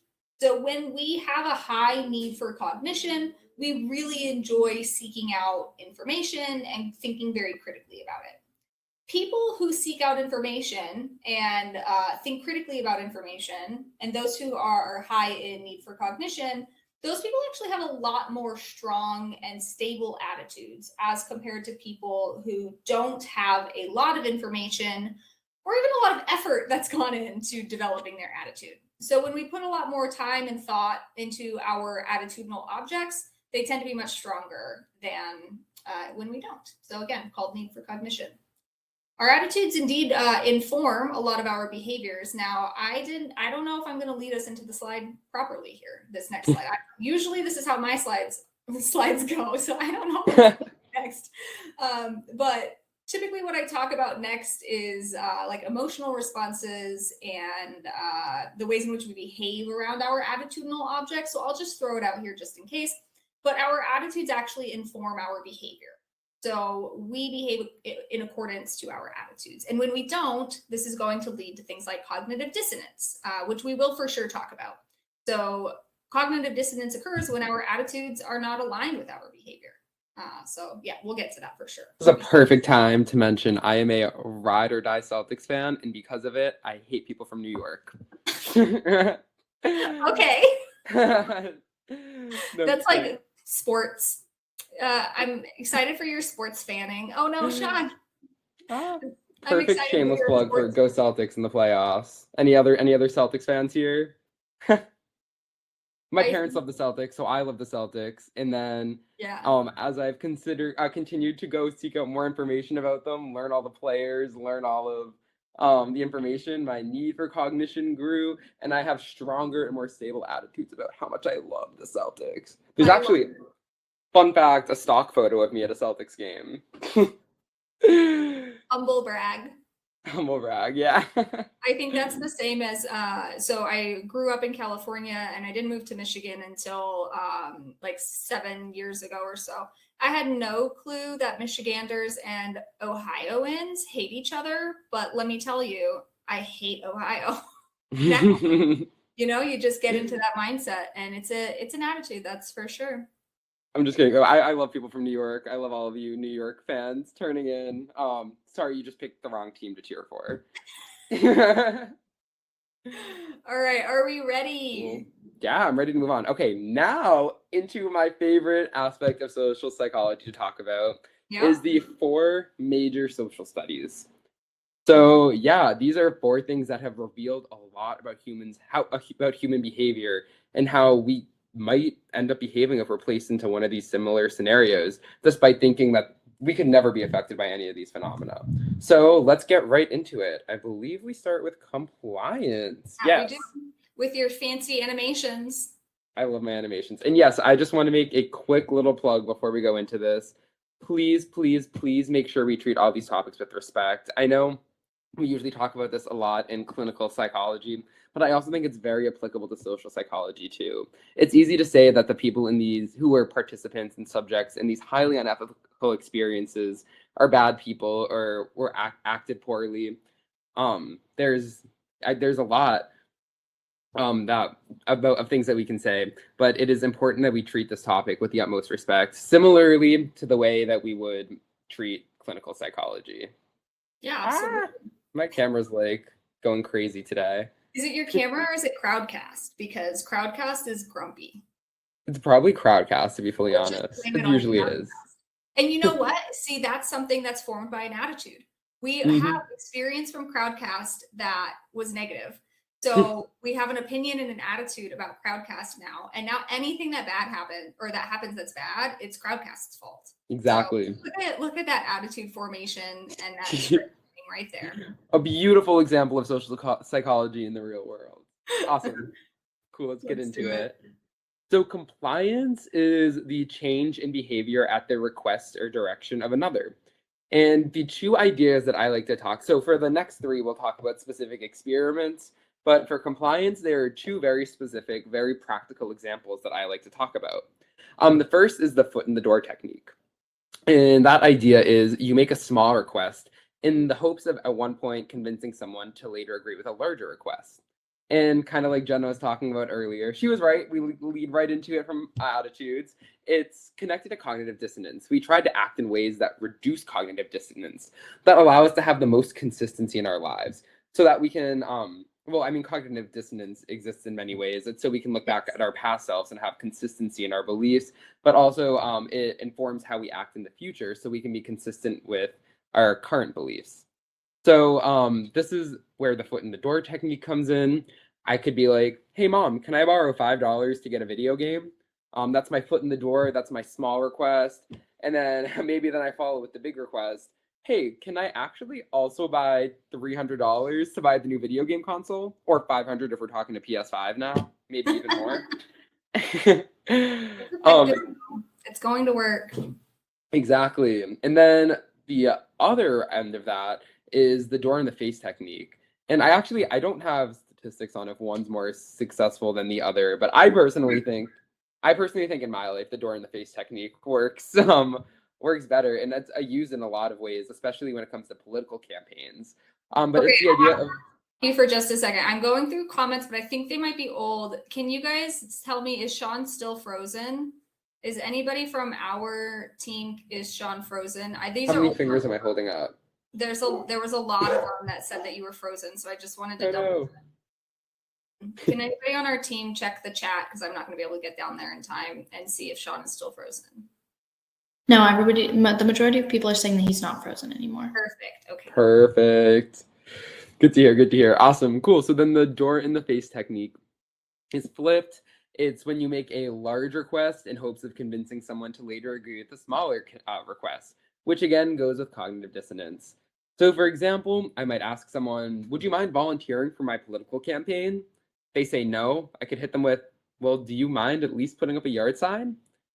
And actually, I talked about an example of this. And this actually might be, I think we talked about an example of foot in the door in my psychology class that I thought was really interesting, where about cognitive dissonance. So now I'm going to jump ship to cognitive dissonance a little bit just to make sure we really understand that. Where they were collecting signatures to get a political candidate on the ballot. And it's usually easy. If someone usually comes to your door and asks for a signature, what does it hurt to sign the paper? So a lot of people tend to give signatures. Sure. And then they'll come back a couple weeks later and come back to the door and be like, hey, thank you so much for endorsing me and signing my petition. Would you mind putting up a yard sign out as well? And then they do that. Because you want your beliefs to be in line with what your past self believed. So you're more likely to put that yard sign in. But then to the other end, the door in the face technique, you might be like, can you put up this giant banner that spans your entire front yard? To which they might say, no, absolutely not. But then if you ask, hey, will you endorse me for my candidacy? They might be a little more likely to. So yeah, that's compliance, all about compliance. It's a really great way if you wanted to use this compliance technique on your friends and family. Use Psych, Psych on your friends and family. And this is one of those ones that will do it. Again, it's those lessons we take away from psychology that are the most important. Get that video game, guys. Get those video game consoles. I love it. All right, moving on. Awesome. So our next major social study is conformity, which I is love these little animations. These are so cute. Animations really make a slide deck. That's all I gotta say. So conformity was investigated by Ash. So if we hop on over to the next slide, I believe I have a picture. Yeah. The line study. I saw Tessa say it. Yes, the line study. Did you guys go and watch the video for this? I told you guys last time to watch the video. It's so funny. Yeah. I actually highly, highly recommend watching the video for all of these. The conformity one is funny, but the other two, they're not funny by any means, but it's really just interesting to like watch the decision-making process. But I'll get more into that a little bit later as well. But yeah, conformity is the tendency to modify behaviors, attitudes, and opinions to match the others around us, which, as Jenna was saying, when Solomon Ash did this line study, which you can see to the right hand of the slide, we have the reference line in A, B, and C. So I guess the way this study worked was that there is a room full of Confederates. A Confederate is a fake participant. That's important to know for your research methods question. Yeah, repeat that though, because I don't know if people heard you. Yes, a Confederate is kind of like a fake participant. A Confederate is someone who's in the room and acting like a participant, but is actually planted there by the experimenter. So what they did is Solomon Ash had them all set at a table, and he showed them this reference line, and then lines A, B, and C, and he asked which one of these lines is the same length as the reference line. A pretty easy question, but all the Confederates in the room answered A instead of B, which clearly it's B. If you guys tell me in the chat what line is the same as the reference. It's C, obviously. Is it C? So I see this question that's in the chat. I think, let me just make sure I'm on the right spot. It's Andy's question. Now, is it unethical because you're purposely deceiving participants? Now, that's a really great question. Deception isn't something that automatically is going to disqualify a study. So you can use deception, but you can only use deception if you cannot study the relationship or the variables without it. So if there's a way to be able to study that hypothesis using something other than deception, you are required to do so. They will not just allow you to use deception. But if what you say is, I have to study these group dynamics, I cannot tell my participant that they're in a group of fake participants, then that's deception. Now, when it comes to deception, there's two forms, and I believe this is present on your AP exam. There's active deception and there's passive deception. You guys can correct me in the back chat if I'm wrong, or Sean if you know. But one is active lying and the other is just not providing the full information. So active deception is a lot more controlled, and it requires a lot more approvals from the IRB. Whereas passive deception is kind of let slide a lot more often because you're not actively lying to your participants, you're just kind of withholding information. Now, keep in mind that any study that uses deception is going to require 100% debriefing. Debriefing is essential when we use deception because you need to make sure that your participants know exactly what was going on when the study concludes. So, and also, go ahead. Oh, sorry. And also a big giant asterisk next to the deception idea is that as psychologists, we can never do more harm than good to our participants. So if the deception involves harming people, either in mentally, which a lot of the following studies did do, then it would still not be IRB approved. IRB is, I don't know what it stands for, but it's basically the ethics board. It's the Institutional Review Board. There we go. I know there's going to be a quiz question on it tonight, so put that in your notes. The Institutional Review Board is the ethics board for any federally funded institution that runs research. So they're at all universities, all government organizations like the NIH and things like that, all require an IRB. Awesome. Yeah. So I guess hopping back over to our conformity study, all the Confederates in the room answered A as the correct answer. And then you get to the participant who's looking around like, am I going mad? Am I going crazy? And that's the funny video Jen is talking about that I highly recommend checking out. But at the end of the day, he still said A as the answer, even though he knew the answer was B. And in fact, 76% of the other participants in this experiment also gave the incorrect answer at least once. Yeah. So why is this important? What does this teach us? Well, it teaches us that people abide by social norms and often conform to them in a social environment. So we're likely to conform to what others do. And that's why so many of the participants said A was the correct answer. Now, sometimes it's really difficult to differentiate conformity from obedience because both of them involve changing your behavior at kind of like the influence of another. So we're going to get into obedience very shortly, but I want to make clear that conformity is the change in our own behavior to align with the larger group. Obedience is not the change in our behavior to align with a group, only conformity. So we are changing our behavior to align with the social group that we're in. Awesome. Yes. And then I will make sure after we talk about obedience too, to compare and contrast those two as well. Perfect. Awesome. So let's get to our next social study. I believe is actually obedient. Maybe? Let's see. Oh, it is obedience. There we go. Look at that. It's almost like I made them. Yeah, so obedience, the VIP is Stanley Milgram. I assume many of you guys have heard of the Milgram obedience study. Yeah, this one is huge. One of the most unethical studies that we often cite. It's a key example of a study that taught us a lot about human behavior, taught us a lot about how we interact with the world, taught us a lot about how people interact with authority figures, but at what cost is the question we look at now. So obedience is the idea of people comply with authority. What the Milgram obedience study examined was how far would people go if the authority figure tells you the experiment requires that you continue. And for anyone who's seen a video of it, which I, again, with these studies, highly recommend looking at a video of what actually happened because it's perhaps the best way to understand it. One participant was placed at a board where there was a bunch of different voltages that they could shock the Confederate with.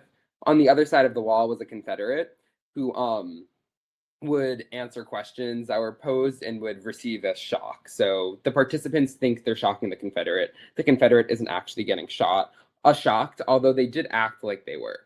So they would ask a question, the Confederate would get it wrong, and the person, the researcher, so the person in the lab coat, this is often referred to as the lab coat effect. The person in the lab coat would say, okay, nope, shock them with 5 volts. And this will continue. It will continue to a point where the Confederate, who again was not being shocked, was screaming. They were like, oh my God, I need to stop. Let me out of here. Let me out of here. You sound just like the video. I think that's like word for word. That's just like it. Yeah, they were screaming. And the participants kept looking back to the researcher, or the person who was playing the researcher in the lab coat, and saying, we need to stop. I need to stop. Like, I can't keep doing this. And all that the researcher would reply with was the experiment requires that you continue. They didn't force them to. There was nothing that was like, if you leave this room right now, you're going to jail. There was nothing stopping them from standing up and walking out of the room. All the participants. Did you just say the 1900s studies? The 1900s? What is this? Yeah, the 1900s. Get out of here. Wow. A lot of the early 1900s, especially. Do you guys say like the 1900s? Is that legit a thing? I've seen it online, but I just didn't think you guys really would say like the 1900s. I honestly, I usually feel like people say like the 90s and the 80s, but no, I guess it's the 1900s now.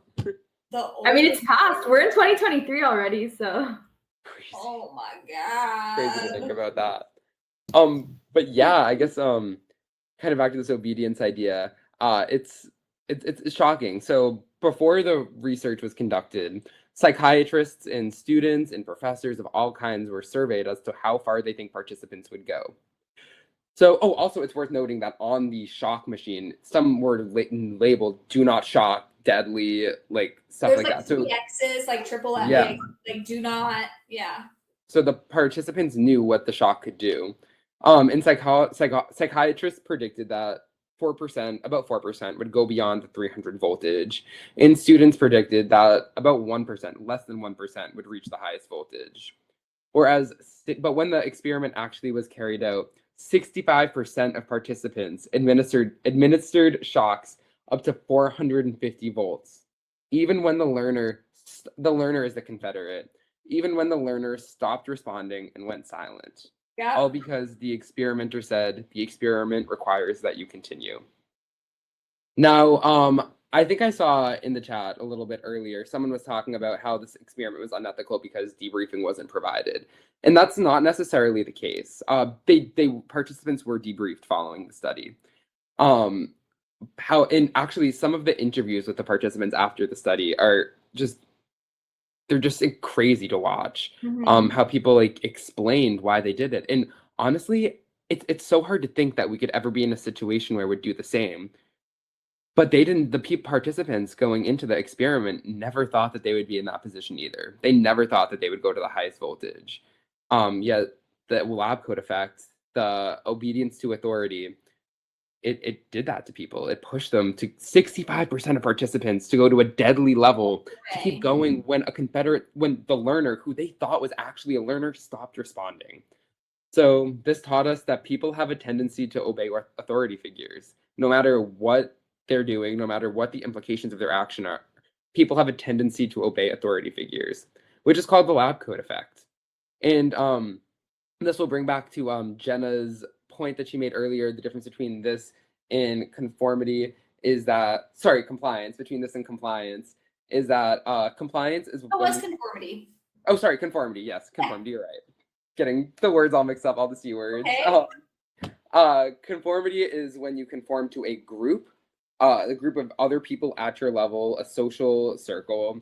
You conform to their consensus, their belief, what they're saying. Whereas obedience is specifically conforming to an authority figure. It's complying to what an authority figure has to say, their orders, their thoughts, their words. So that's the key difference between the two of those. Absolutely. So I see a lot of comments in the chat about, and I think I didn't read it in full, but Josie had made a comment here about the study being inspired by the Nazi regime, and that's 100% accurate. So this was really inspired by the Nuremberg trials, where people who were on trial from World War II and who were Nazi soldiers or Nazi doctors, for example, were claiming that as part of their defense, that they were just under orders to do so, and it wasn't their choice, and they had no control over it. And Milgram and the vast majority of Americans had said at that time, there's no way that Americans would behave in the same way. And that's actually what inspired the Milgram study. Milgram had said, Americans our country is founded in these principles of freedom, and everybody kind of has this personal freedom alignment, and there's no way that with our moral foundation that again, these are Milgram's words, that Americans would do the same thing. And so that's where we get those numbers of psychiatrists thinking that about 4% of people would go all the way with shocking, and those were called pathological sadists. They assumed that it was pathological sadists that would do that. But like Sean pointed out, about 65 of participants went all the way to the highest voltage, despite that guy protesting, even saying that he had heart issues and he couldn't be shocked. And it's really, really crazy. And yeah, something one of my professors said that really just sat with me is that could have been any of us in that room told to go on to the next shock.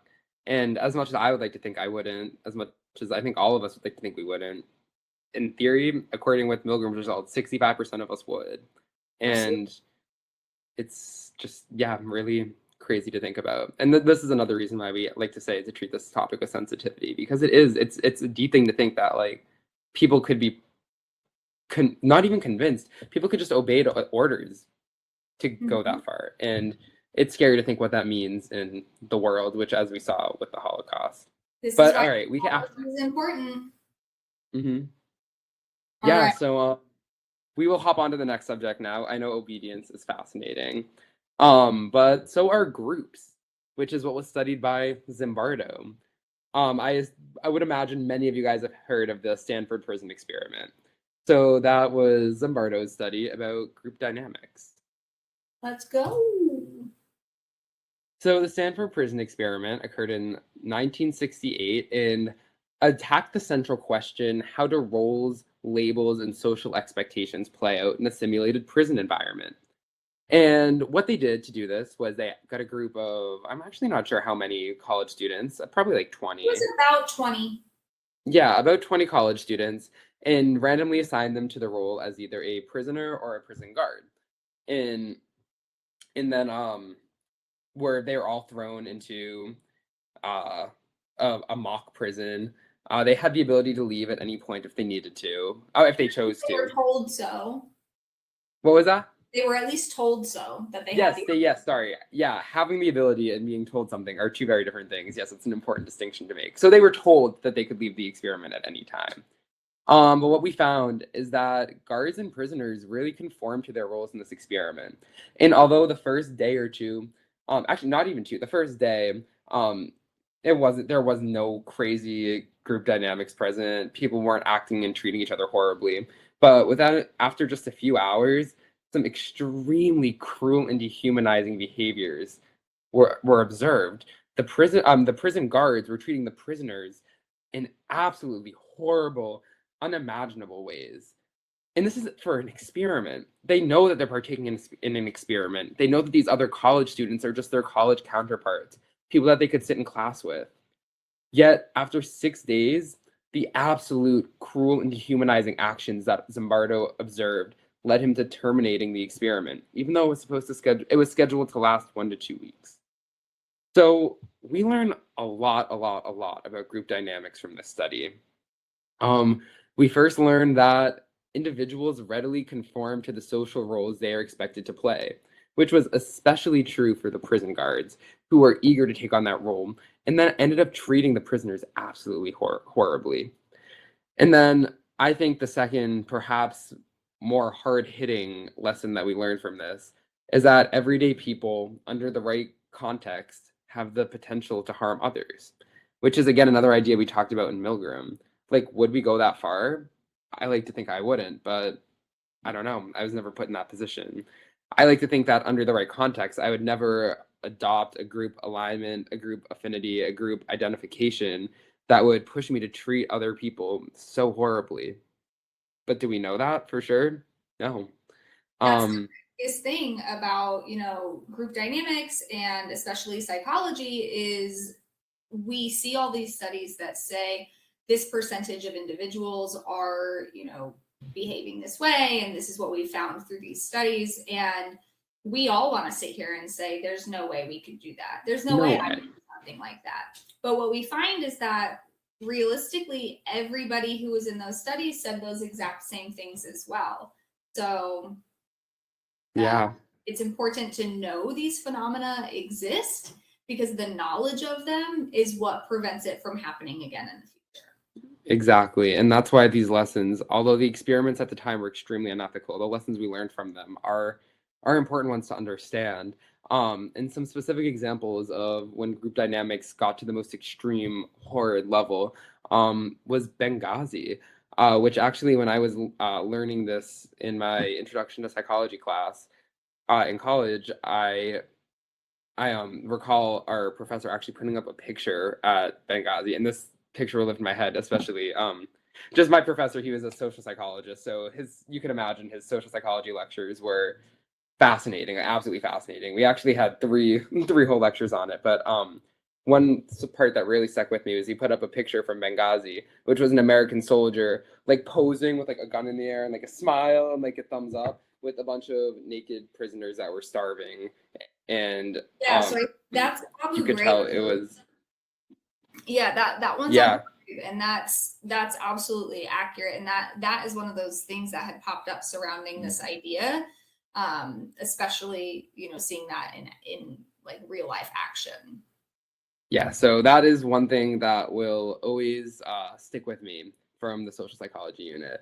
And I just want to take a second to remind everyone who's watching right now, who's in the chat, to please treat these topics with respect. It is super important that when we're learning about these intergroup dynamics, we take them as people who have been informed from years and years of psychological research, and we understand that what these experiments were not ethical at the time.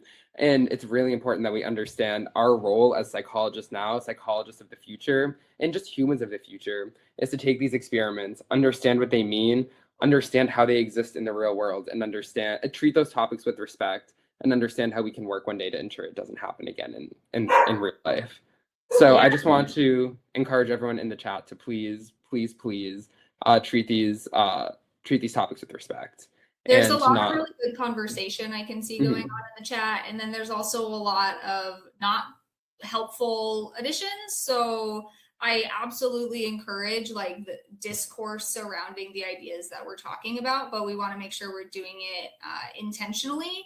And so I absolutely appreciate everybody's engagement with these subjects, but we really just need to make sure that we're keeping on focus with regards to the subject, and that doesn't mean that we can't talk about how this relates to our own experiences, how this relates to the experiences of our family members and the people that we care about, and just the experiences of the world. That's relevant. That's 100% relevant. We just need to make sure that the way we're talking about them right now in this space is going to be related back to these social psychology kind of factors that we're talking about. Yes, thank you so much for that, Jenna. And thank you everyone in the chat for listening and acting appropriately in the chat. I guess the key takeaway from groups that Zimbardo taught us was that everyone has the potential for good or harmful behavior, but it is greatly influenced by the environments we are placed in. But yeah, so that is the main takeaway from that, and that concludes I think we have more about social psychology, but that those four conclude what I find to be four of the most interesting and important ideas of psychology as a whole. So now on to group processes. There's been a lot more research done on intergroup dynamics since Zimbardo's Stanford prison experiment, which have taught us a couple other important vocab words so that you guys are going to want to remember to nail those context FRQs, to nail those MCQs. And the first is social facilitation. And the idea of social facilitation is that the presence of others enhances performance. For example, we often point to sports games. So soccer games, basketball games, football games, Celtics games. And what we say is like at a basketball game, the fans cheering tend to enhance the team's performance, which is what we call home court advantage. So in playoffs, for people who are sports fans, there's usually like 3, 5, 7 games, and the team who is ranked higher gets to play more games in their home arena because the presence of the crowd tends to enhance their performance, which is where we get home court advantage from. The next idea is one a lot of you guys might have experienced in high school, actually, especially as AP students, is social loafing. Which is I love that. I love that word. First off, loafing. For real. It's so descriptive of the phenomena, and I just think it's perfectly termed. Yeah.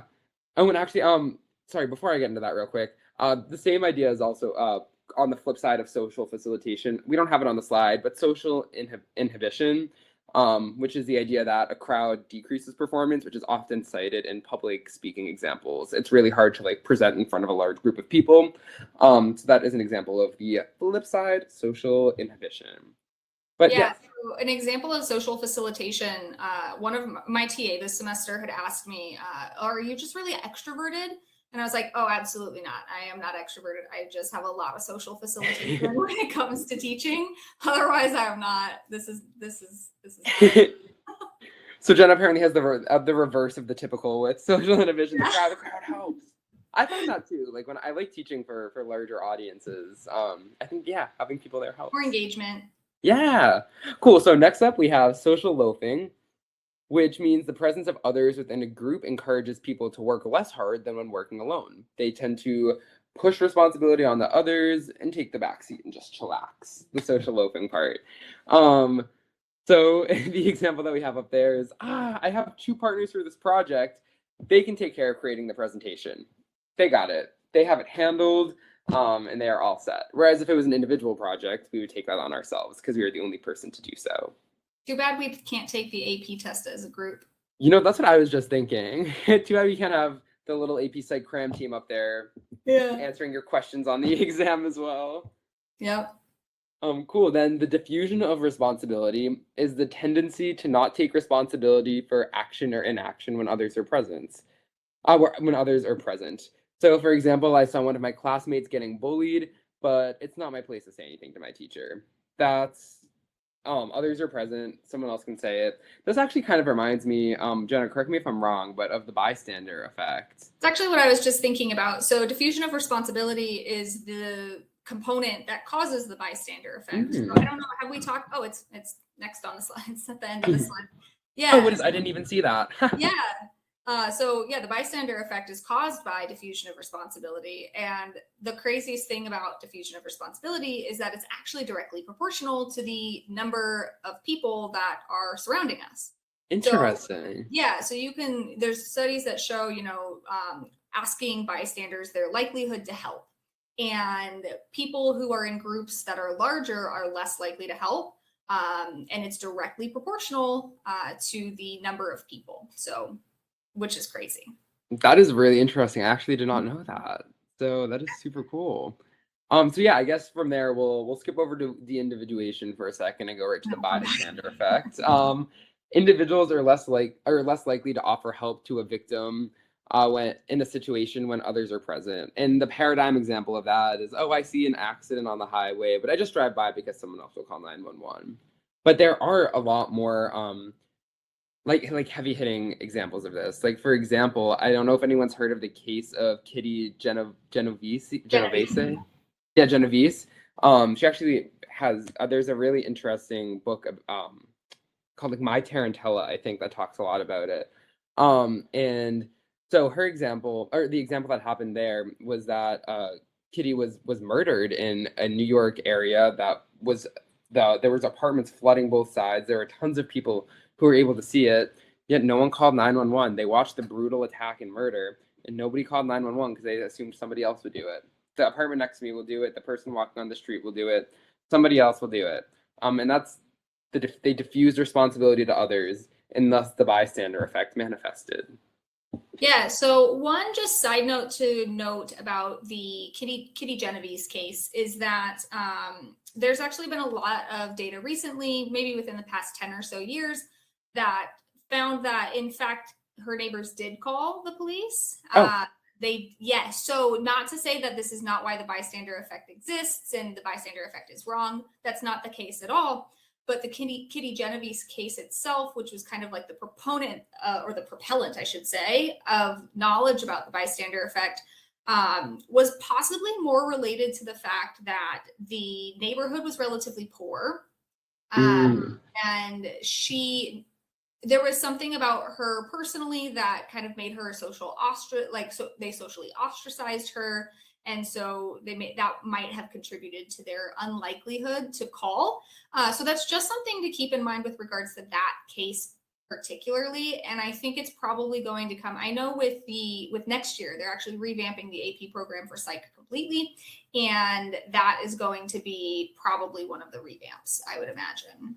That's really interesting to think about. And I guess that's very broadly applicable. It's important to think of what other factors, even though they sparked research and we found an effect as a result of them, are really just an example of how our society functions. And actually, I'm a little unrelated to social psychology, but one of the professors that I had just finished a research study that found that the areas that have welfare laws that help bring people out of poverty, the hippocampus in children is actually larger than the hippocampus of children in poverty-stricken areas without welfare laws requiring basic needs be met. So that's just another example of how the society might sparks research and how the environment we're placed in can affect how things show up. Can we talk about that later? Because I want to know more about that, but I don't want to take up the time here. Yes, for sure. Yeah, it was super interesting. Okay, cool. Cool. And so then, yeah, I guess another example of bystander effect we talked about the other day with, I think, Rakesh, Janine, we were talking about Yes. on the beach, how no one called the police to help her, not only because she was a bad person for throwing rocks at the seagulls, but also because they diffused responsibility to the others around there and assumed somebody else would call 911. And then our last idea is de-individuation, which is the loss of personal identity and lack of responsibility in large groups. So, for example, the way a person acts in a riot is probably not the same way that they would act if they were acting alone, which is the idea of mob mentality. And a very interesting example of this was the January 6th Capitol riots, which is a very timely example of de-individuation, how most people who were in that mob, in that riot, would not have on their own attempted to launch a coup against the United States government, but instead have probably just protested with signs. But de-individuation in those large group settings, the development of mob mentality led to the January 6th Capitol riot. That's 100% a very timely example. This also happens after a lot of sports games too, especially Winter Games, World Series. This is when there's like people go to the streets and start flipping cars, setting couches on fire, and things like that. Same exact idea. Yeah. Cool. So let's jump over. I think we have one more slide on social psychology. Oh, just kidding. Because then we can get to our quiz. Yes. Oh, I'm so excited for the quiz. Okay, so we have group decision making. I'll try to go through this one a little quicker. Groupthink is the tendency for group members to maintain cohesiveness and agreement and viewpoints, and fail to consider other viewpoints as a result for trying to find harmony within their group. So, for example, me and my friend group are planning a summer trip, and everyone seems to want to go to Italy, but I don't really want to go to Italy. I want to go to Spain. However, I'm going to go along with it because it will preserve harmony in the group. And a much more applicable example of this is the development of echo chambers, which are super important to think about and very timely in today's political world. People tend to gravitate towards groups who think like them, and then once they're in those groups, they typically fail to consider alternative viewpoints to the mainstream ideas of the group, thus buy in more to the group, and thus further become polarized in their beliefs. So that's how echo chambers form. I don't know if Jenna, I remember you were saying that. Yeah, I know this is a trickier idea, so I'll see if let Jenna explain it a little more. No, it is definitely a trickier, I think. So Rakesh mentioned this in the chat just now, but groupthink and group polarization are often confused.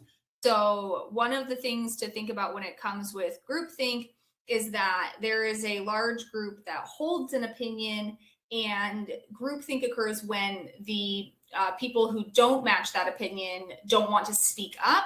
And at times there is a kind of like consistency formed in their opinions. So there's a lot of examples from, there was a space shuttle that had some like problems with it and some damage with it. And like the night before launch, they had even said, you know, we really shouldn't be launching tomorrow because of XYZ reasons. But there was some groupthink that had occurred in that case, and then that shuttle actually had disintegrated upon right after launch. And so groupthink in that circumstance was because there was a few members of that group that said, no, we're not going to stop. And it kind of overwhelmed the rest of them. Now, with group polarization, what we're looking for. So Brissa just said groupthink can lead to people who disagree to be ostracized. Yes, absolutely. So there's kind of like this fear of going against the group happening with groupthink. Now, group polarization's a little opposite in a sense, where group polarization happens when you enter a group with your own opinions and your opinions shift to the the most most intense pole of that group. So say you have like relatively mild political opinions, and then you enter a group with people that have like more strong political opinions. Group polarization means you're probably going to come out of that group with more strong political opinions. So it's just our tendency to intensify our opinions to the poles of who is around us in a group. Yeah. Polarization. Yeah, absolutely. Same phenomenon. Perfect. I could not have explained that better. I'm so grateful that we have a Psych 1 teacher or a Psych 101 teacher here to help with the trickier ideas. But yes, so yeah, groupthink and group polarization are two very important ideas in social psych. Yeah. All right. So our last. Have one more. Yes, this is our last slide. And this is another area that I find super interesting, which is us versus them psychology. It's when does the me versus you become us versus them? That's one of the main questions of this idea. And it's how groups act in relation to one another in group settings. So not me versus me as an individual versus you as an individual, but us as a group of individuals with common characteristics who align with the same beliefs, other factors that give us one group affiliation versus them, the people who have other ideas, other beliefs, and affiliate with other groups. So that's the idea of us versus them, like more broad overreaching. And there's 5 specific phenomena that I kind of just want to point out to you, words that might show up on the AP exam. Social categorization is the relatively automatic process by which we perceive people as members of groups. So group categorization can emerge from arbitrary variables, and we tend to look at people in terms of the groups that they align with. Jen, do you have anything you want to add to that? Oh, I was trying to answer a question in the chat. Can you, this is the second time this has happened to me today. Can you tell me what you were talking about? Yeah, just that we tend to perceive people as, when we see someone, we tend to perceive them as a member of a group first. We tend to see people as members of groups. Yeah, are you under social categorization? Yes. Yeah, okay, perfect. Yeah, so that's actually perfectly accurate. So humans have a tendency to categorize. It's something that we do cognitively, and it's instinctual. There's components of it that are very natural for us to categorize. Now, when it comes to things like us versus them psychology, this is often going to occur when our group categorizations are inaccurate, unjust, fair, and discriminatory in many, many cases. So social categorization, again, is just, it can form on anything. We categorize people by hair color. We categorize people by t-shirt color. We form groups with people who are fans of our same sports teams. So that's pretty straightforward with categorization. And then did you want to talk about in-group and out-group bias or anything else on this slide? Sure. Tell me what you want me to take and then what you want to take. I'm sure, yeah, I'll do in-group, out-group, and then you can take stereotype and prejudice, if that's cool.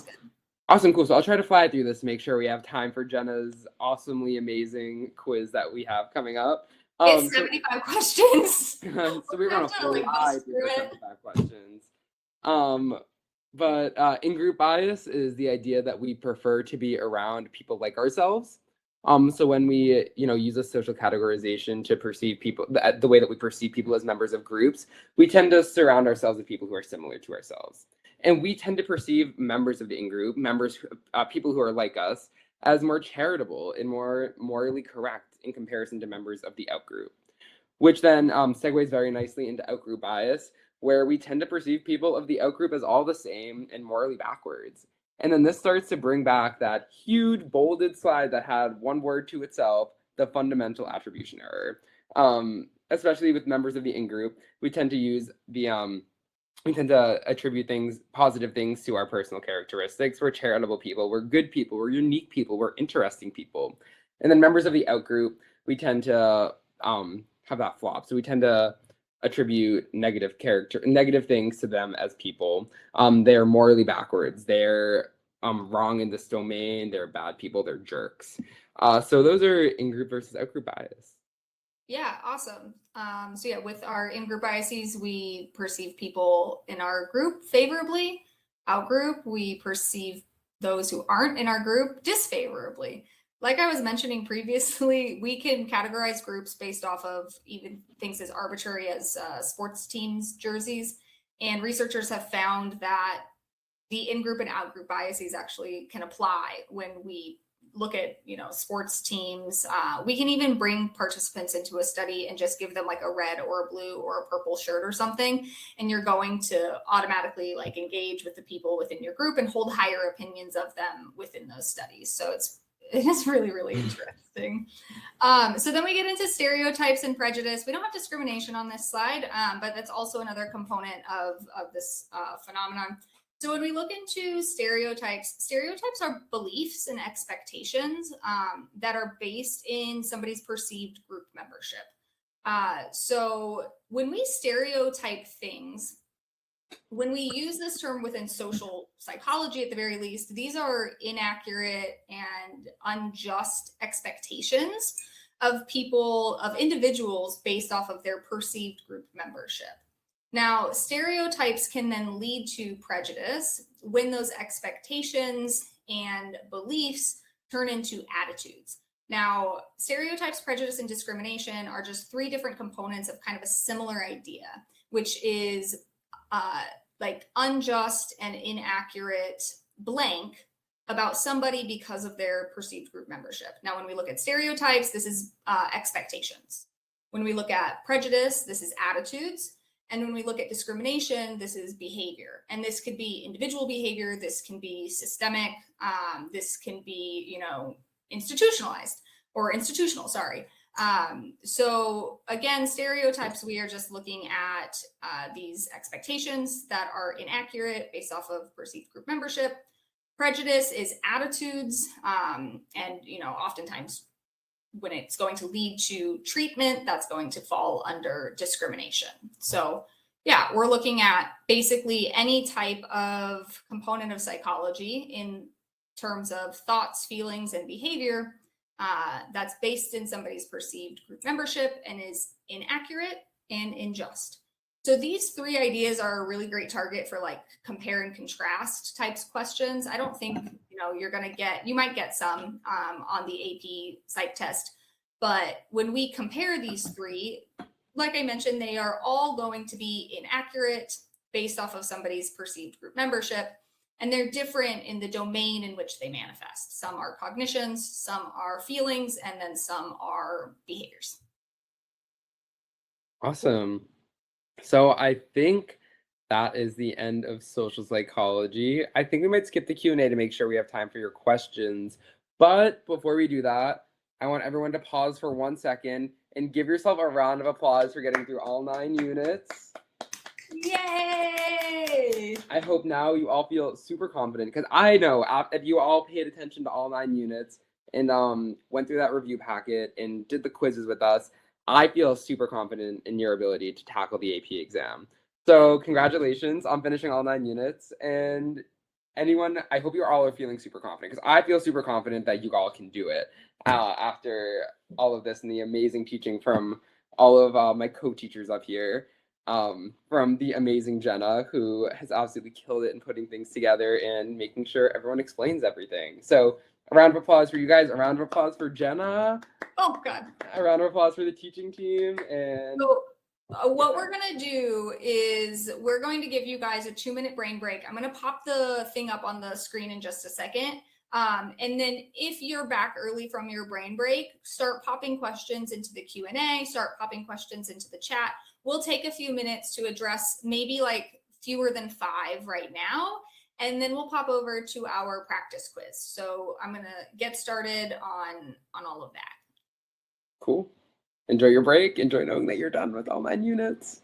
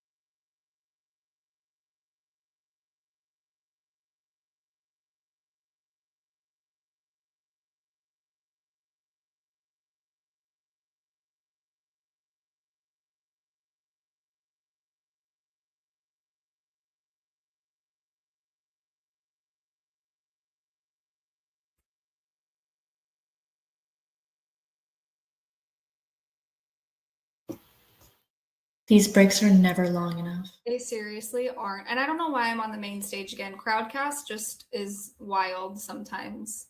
I'm gonna move Sean over too, so that, oh no, I almost just moved him back. This place is, I'm happy to soon be done with Crowdcast and my attitude about it. All right, so we're gonna take, let's see, no, unfortunately not Another 2 minutes. No.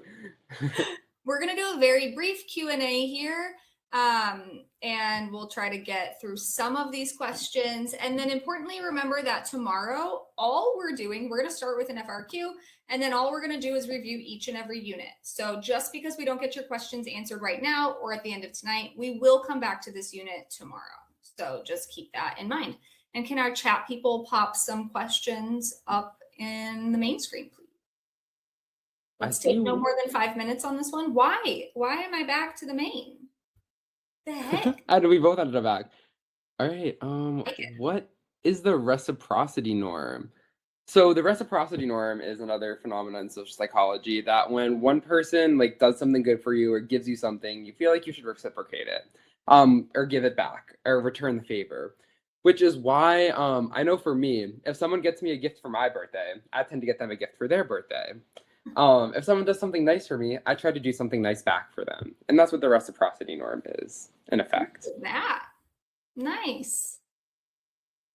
I actually see Rakesh dropped in our backstage chat. Someone was asking about outgroup homogeneity.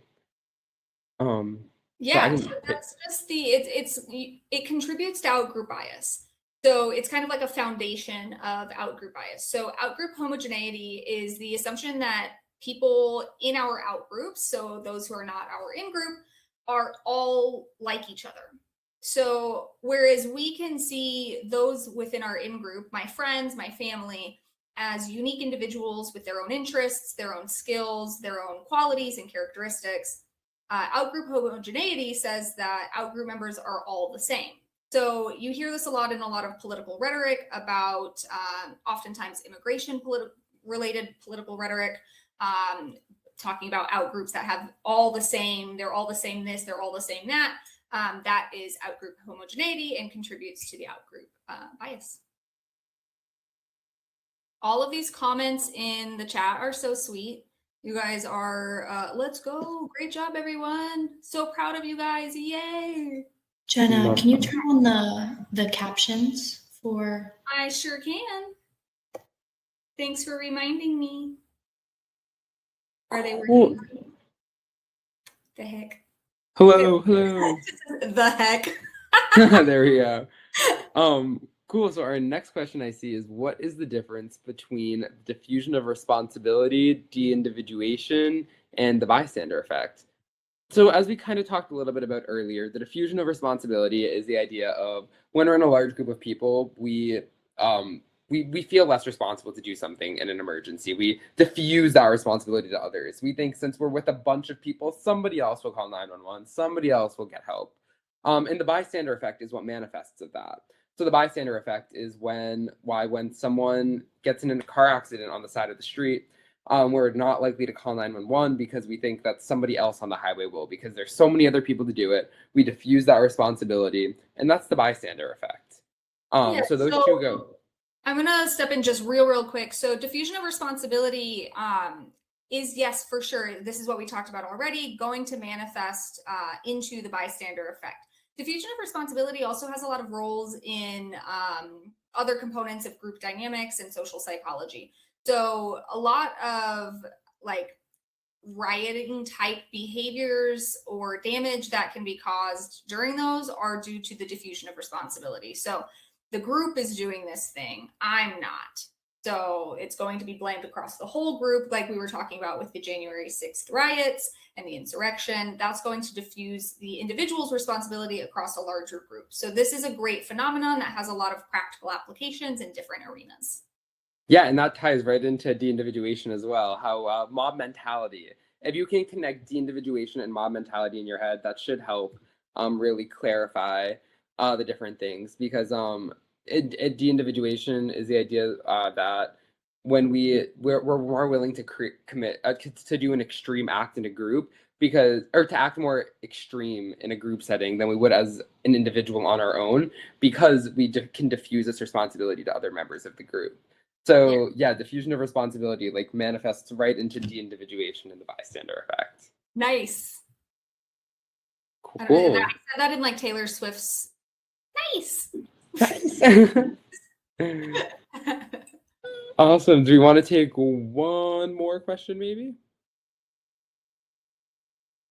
See if there's anything popping out in the chat about social psych. Is situational cause kind of similar to self-serving bias and application? You can take that one. So yes, in a way. So a self-serving bias means that we are going to attribute the good things that happen to ourselves, so to our dispositions, and we attribute the things that are bad to our situations. So situational versus dispositional attributions are going to differentially affect our self-serving bias. So yes, in a way, but again, that situational component will only manifest for our negatives when it comes to the self-serving bias. Awesome. And with that, I think it's time for a mega, giant, amazing, spectacular, fantastic review quiz. What do you guys think? Okay, so what we're going to have to do with this quiz is we're going to play, and I'm willing to hear it from you guys. I want to know, but we have two options. We can either play it like we would for an AP test. That means 40 seconds per question, and we might be able to get through all of them. Or we can do, you get a little bit more time on them if you want, and we'll finish them tomorrow. It's up to you guys. Somebody tell me what's going on over there, because I'm still seeing AP style in the chat. That's what I was hoping for. Yeah, that's what I was hoping for too. Yeah, great way to simulate what we'll be doing in the exam. A nice situational carries over. All right, let me get to my state-dependent moment. CRAM quizzes. You guys, do you know if Fiveable's free stuff allows them to make their own CRAM quizzes, or is that just through Fiveable Plus? I'm not sure. But so we make our CRAM quizzes through Fiveable's platform, and I think that you guys have access to them, but I'm not sure if it's through the free or the paid one. Maybe if we have a Fiveable team member in here, they can let me know. But I'm pretty sure that that they don't have access to it at the moment, but coming in fall, they'll have access to like a couple of them. Love it. Cool. And Fiveable does have 10 question quizzes for every unit on their website that you can totally take advantage of. Justin, I love it. I'm sensing group polarization. And it's the second time that has happened. The second I suggest something and people agree with it, somebody's like, I sense group polarization. And I love it. I have to throw out, what if I just have great ideas? Could just be that. Fair point. It's two. Hey, we're going to drop a link. You can scan the QR code. Let's do some AP psychology.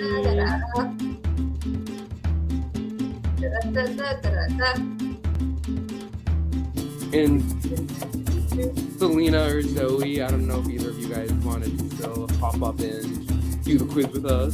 Totally up to you guys. I'm getting my timer set so we can do this correctly.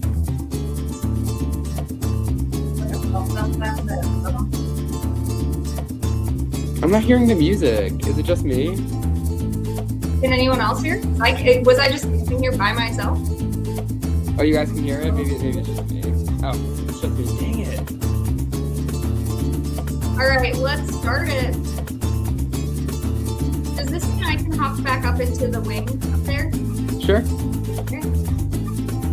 Cool. Cognitive psychologists are most likely to study A, the relationship of, I don't know how to say either of those words, development. B, how infants move from basic trust to anatomy. C, the acquisition of knowledge, planning, and problem solving. Or D, how attribution of processes vary across cultures.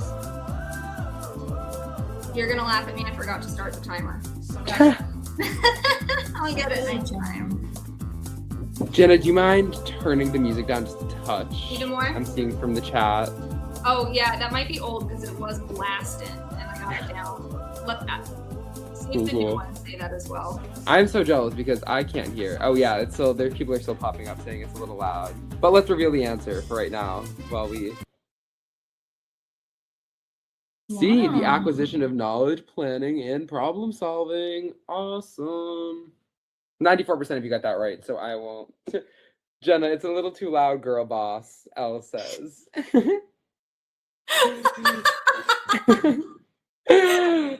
It's my literally, God. do you see where this is? I cannot turn it down any lower. Let me see if it matters if I turn down my own volume, see if that works. Oh my gosh. And Joshin is coming in clutch with the please release the music. We need it later for that state-dependent memory. Okay, Email so them when I now. turn I down bet my she- own volume, is it better for them? Oh, you fixed it. They love it now. All right, awesome. Number 2. If psychologists discovered that students who participate in more extracurricular activities have higher GPAs, this would indicate that extracurricular involvement in grades are A, negatively correlated, B, learned behaviors, C, positively correlated, or D, independent variables. I think that it's independent variables, personally. Zoe's But definitely not trying to remember- throw anyone off. Oh yeah, no, obviously. But remember that negative correlation doesn't mean they're both negative, and positive correlation doesn't only mean that they're both positive. Exactly.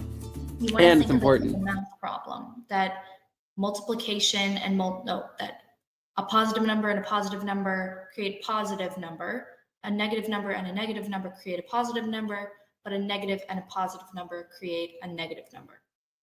Yeah, awesome. Positively correlated. 98% of you nailed that. 2% were tricked by Zoe. Zoe got them. But yeah, let's hop right into question 3. Li Wei is curious to learn whether students in his high school would be supportive of changing the start time to 9 a.m. He puts all 600 names in a box and pulls out 100 who will be asked to complete a survey to share their opinion. Which method is Li Wei using to select his subjects? And let me ask you, is this a good method? Once you answer this question, feel free to drop in the chat what you think. Is that a good way to select participants? I think it's a good way. I think it's awesome. Yeah. Assuming everyone responds as well, that's a very good representative sample and a good sample size. Minimize bias. Yes. We want to make that external validity as strong as we can. So external validity, generalizability, the ability to generalize our data to the greater population. And C, yes, a random sample. And it is not quite random assignment, because random assignment, that's used more in causal studies to assign people to a group.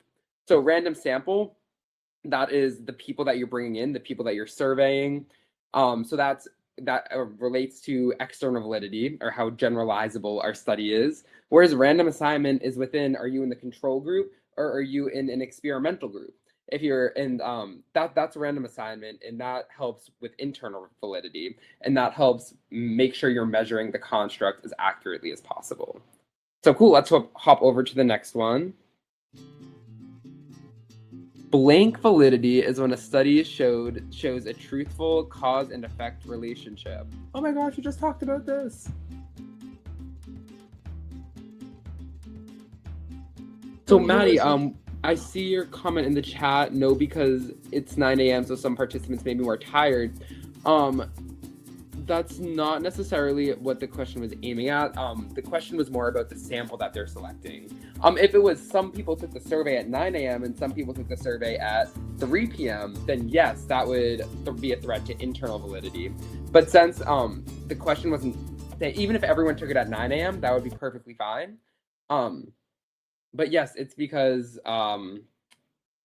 it's because 9 a.m. was kind of irrelevant to the kind of validity we were talking about. Oh no, this one tripped some people up. Okay, so let's talk validity. The two big kinds of validity that you'll talk about on the test are internal validity and external validity. Now, I want this to be another star thought, so I want everyone to make sure they get all these questions right on the test. I'm going to talk to you about some validity. External validity is how accurately do your results map onto the general population. So when you think of external validity, think of generalizability. That is the main idea of external validity. How well can your data apply to the outside world? And the way we get external validity is random samples. External validity has everything to do with the kind of people that you're surveying, the kind of people that are running in your experiment. So whenever you see a question about the kind of people, that's going to be external validity. When it's about recruiting participants, that's going to be external validity. When it's about how generalizable something is, that is going to be external validity. Internal validity is how well are you measuring what you're trying to measure? How well is your results going to show what you're trying to find?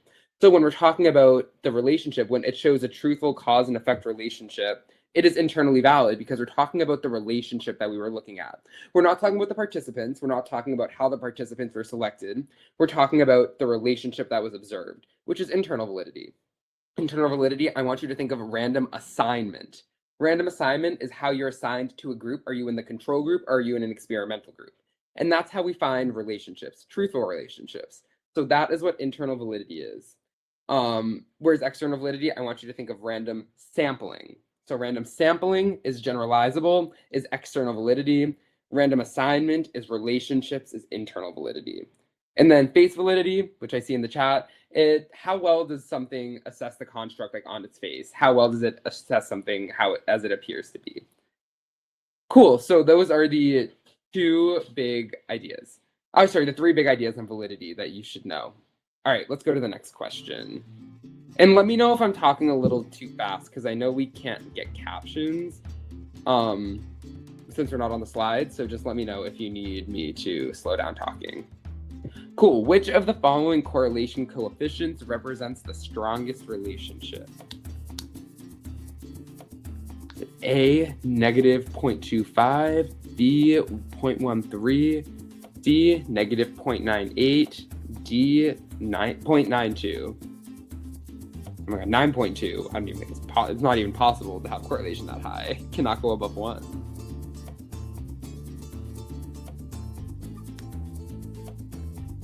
Awesome. And Zoe, you were like the negative positive superstar with the last question, so I'll have you explain this answer if you don't mind.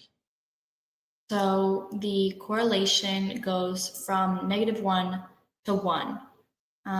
And the relationship is most strengthened at -1. So.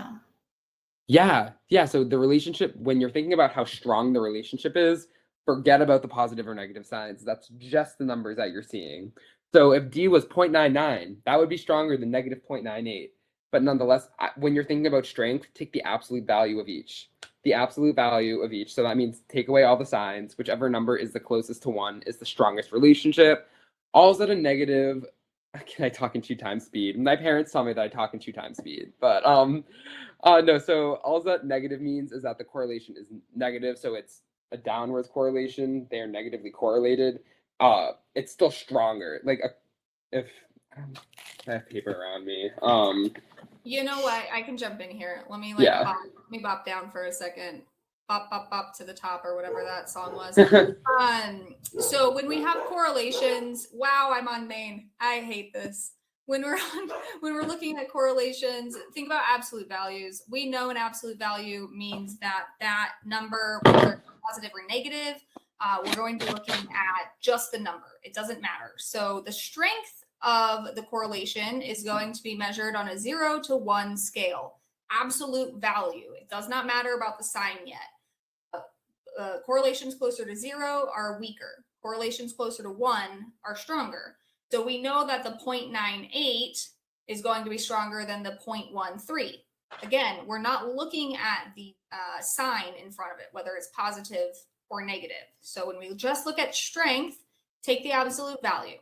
Now, the reason why the negative and the positive pops in is the direction of that correlation.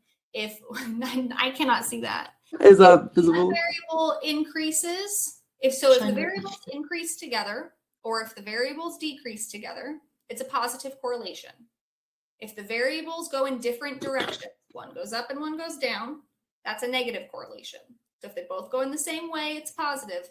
If they both go in different ways, it's negative. And that's the easiest way that I can explain it. See if that's better. I tried kind of drawing it. If you can Perfect. see that. Yeah. So The negative.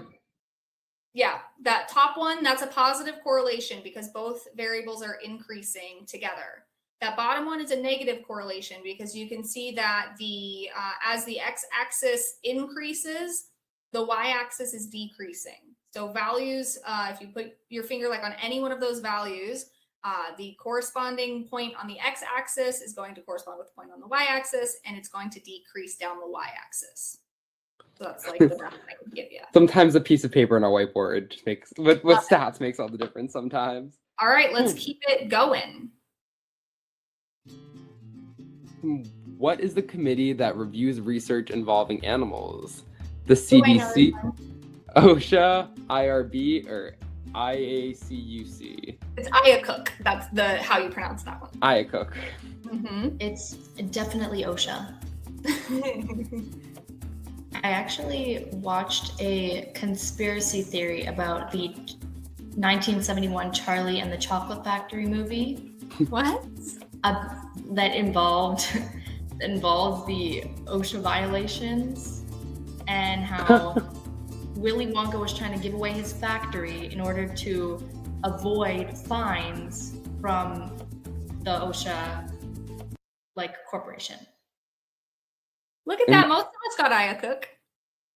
Nice. I honestly did not know that one. Yeah, so that's for any work that's done with animals or for non-humans. And then we talked about the IRB earlier. So the Institutional Review Board is for human research. Humans. Oh my God, somebody Cool. said, when is my show and tell happening? But when we're done with the quiz and we go back to Q&A. So we'll keep going on the quiz. Thanks for reminding me. Awesome. Which gland is often referred to as the master gland because it controls the activity of other endocrine glands? This was This is my original elimination video question. That's right. So And- throwback, do you guys pay attention to Zoe all those nights ago? I actually didn't end up doing that one, Oh, but I know just the kidding. answer. But yeah, so this is a great time also to use the word strategies. Or some words look different than the other that make it very clearly eliminable. Is that a word? Eliminatable. So I see some people in the chat grumping because we're taking 5 minutes per question, but we're explaining the answers. You're still only getting 40 seconds to answer it. So Awesome. just a reminder that the time to answer the question is still the same, 40 seconds. And then we're also explaining the answers. Cool. Pituitary gland. Most of you got that one right. So I want to make sure we can get through as many questions as possible so we can blow through. What section of the brain controls the endocrine system? Ooh, we're on like an endocrine system grind right now. Charlie in the Great Glass Elevator. Huh. I've not heard of that one. That was a wild book.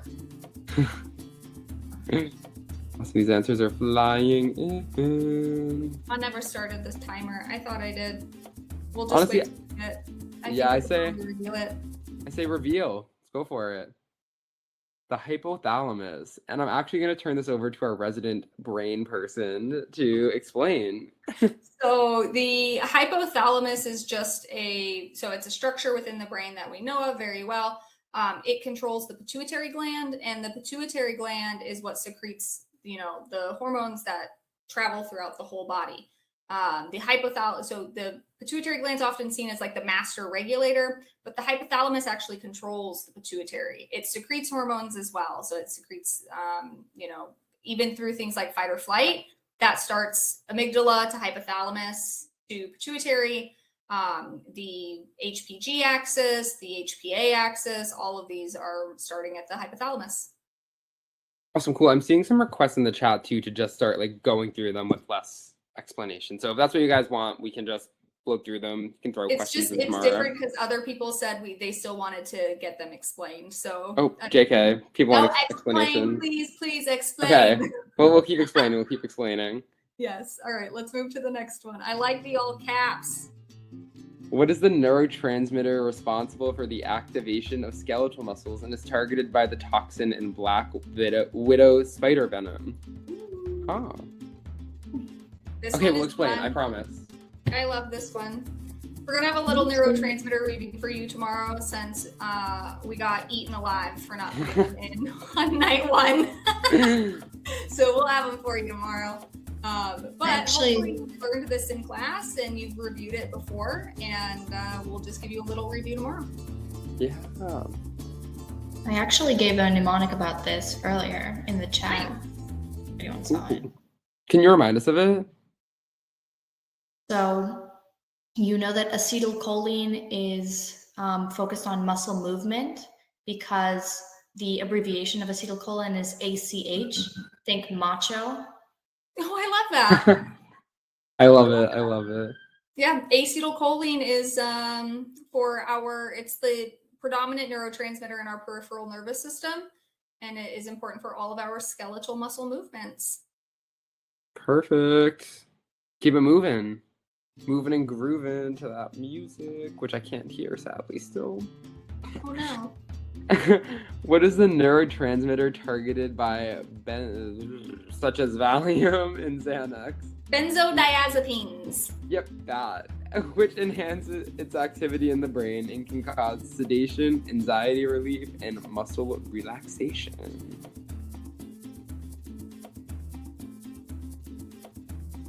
Keep it PG.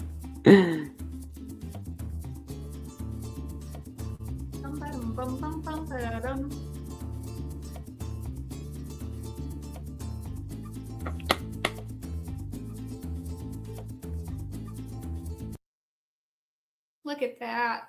Almost a majority. Well, technically a majority. So we talked about these in the clinical unit.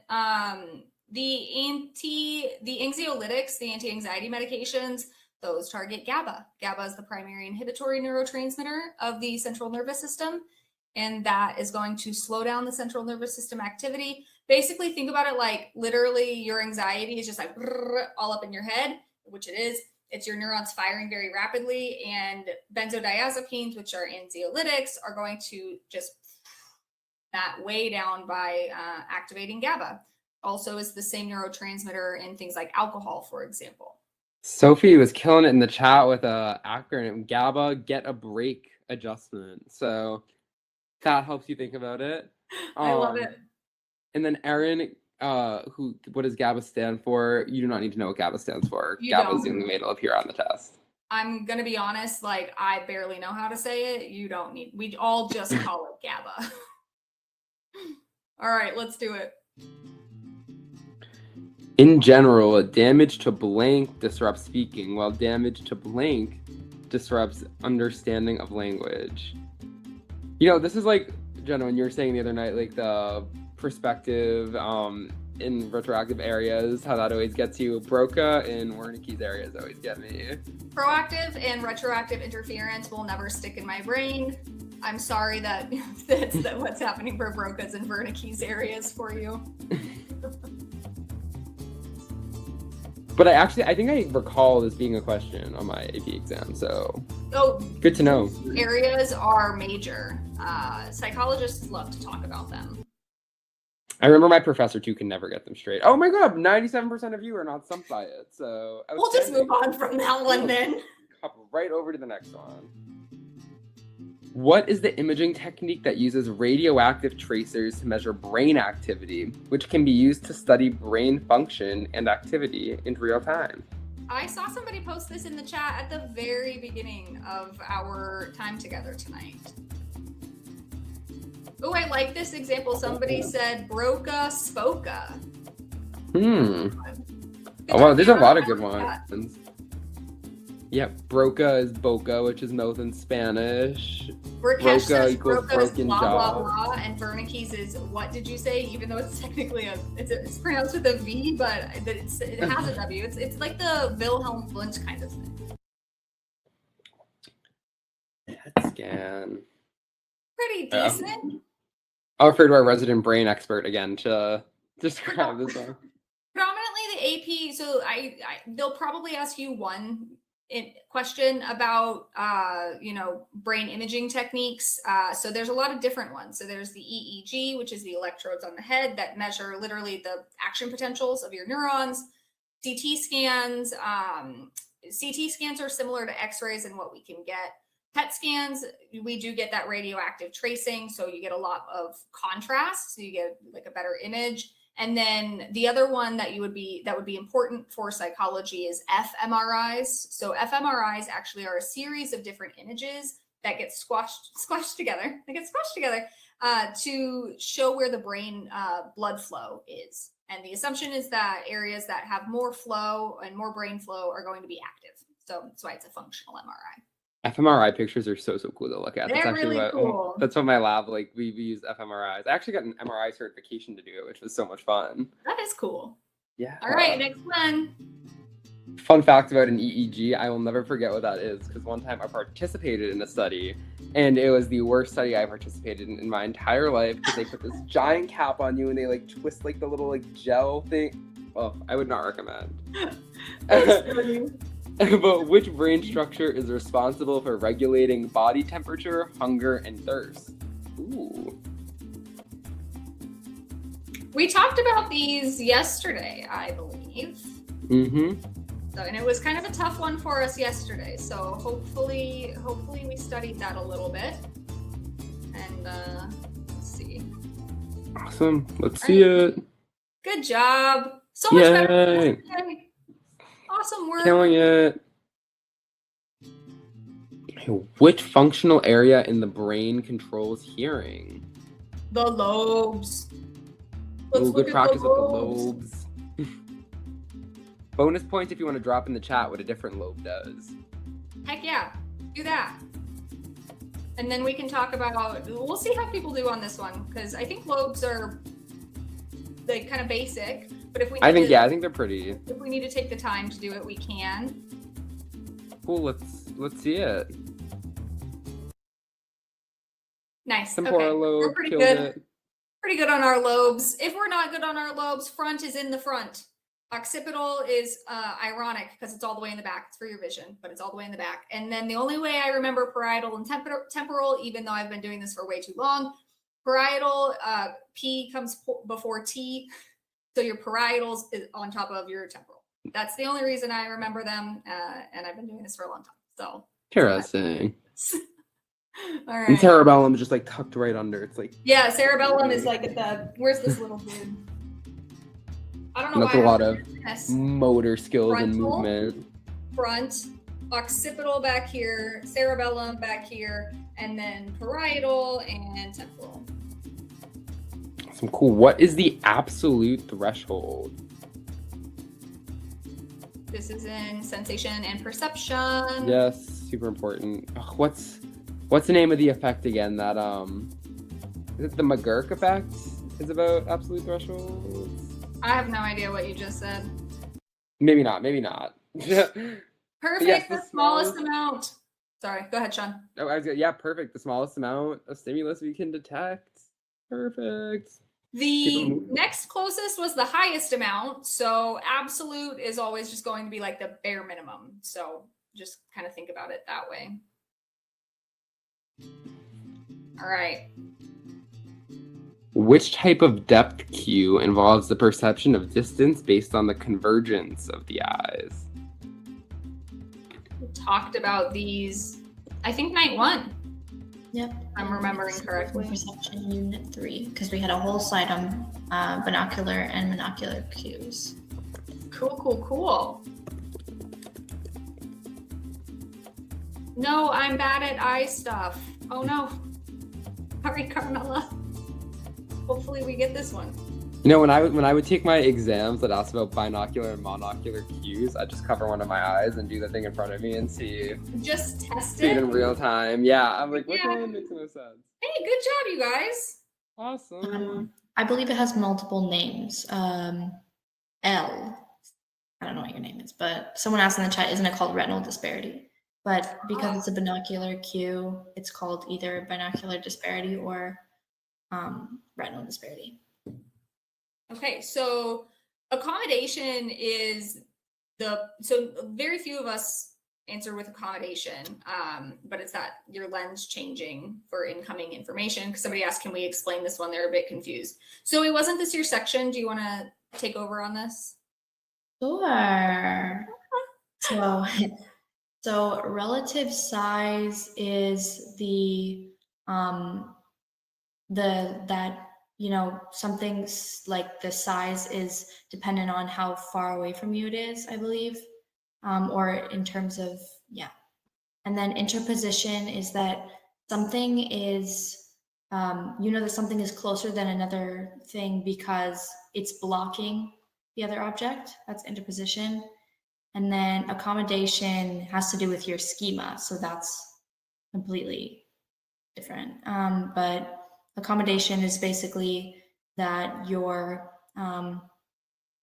schema, you think something is part of your schema, and then assimilation is adding something to your schema in a different way. Awesome. And let's do, since we're running out of time, one last question all together real quick, and then we will. I also wanted to let everybody know, I'll just be here for the next however long it takes, just going through these questions with you. I'm going to give you guys 60 seconds per, and I'll just sit here. No explanations because I'm not keeping the live stream going, but I'll keep going on the quiz for you so that you guys can practice. But again, unfortunately, there's not going to be any explanations. Can you keep it 40 seconds like the AP exam? Yeah, sure. I'm going to have to be sitting here like, but I got it. All right. Awesome. Jenna, appreciation real quick. She is the best person ever for doing that. Everyone go appreciate Jenna in the chat and tell her how much we love her. I'll show you my, what is it called? My show and tell today. If you were at our previews, you would have seen this, but this is my Freudian Sips mug. And then on the back, it says, when you say one thing, but mean your mother. I did not buy this for myself. I would just like to clarify. I know that's 2 nights in a row of Freud gear. This was a gift that I cherish deeply. But I did not choose it for myself. So leave your questions in your notes so we can tackle them next time. We will see you all tomorrow to wrap up everything. We're going to start with an FRQ, so come in prepped to write your FRQ, and then we are going to go through each and every unit, times 4 questions, and we'll get it going. So thank you all for coming again, and I'll be here going through that quiz, 40 seconds-ish, roughly. Don't get mad at me if it's a little bit over, because I can't multitask a lot of things, all right? Okay. Congratulations, everyone, for making it through 9 units. You're all amazing. Bye. Jenna, Thank you guys so much. Have a nice night. See you tomorrow. Have a great night, everyone. Thank you so much.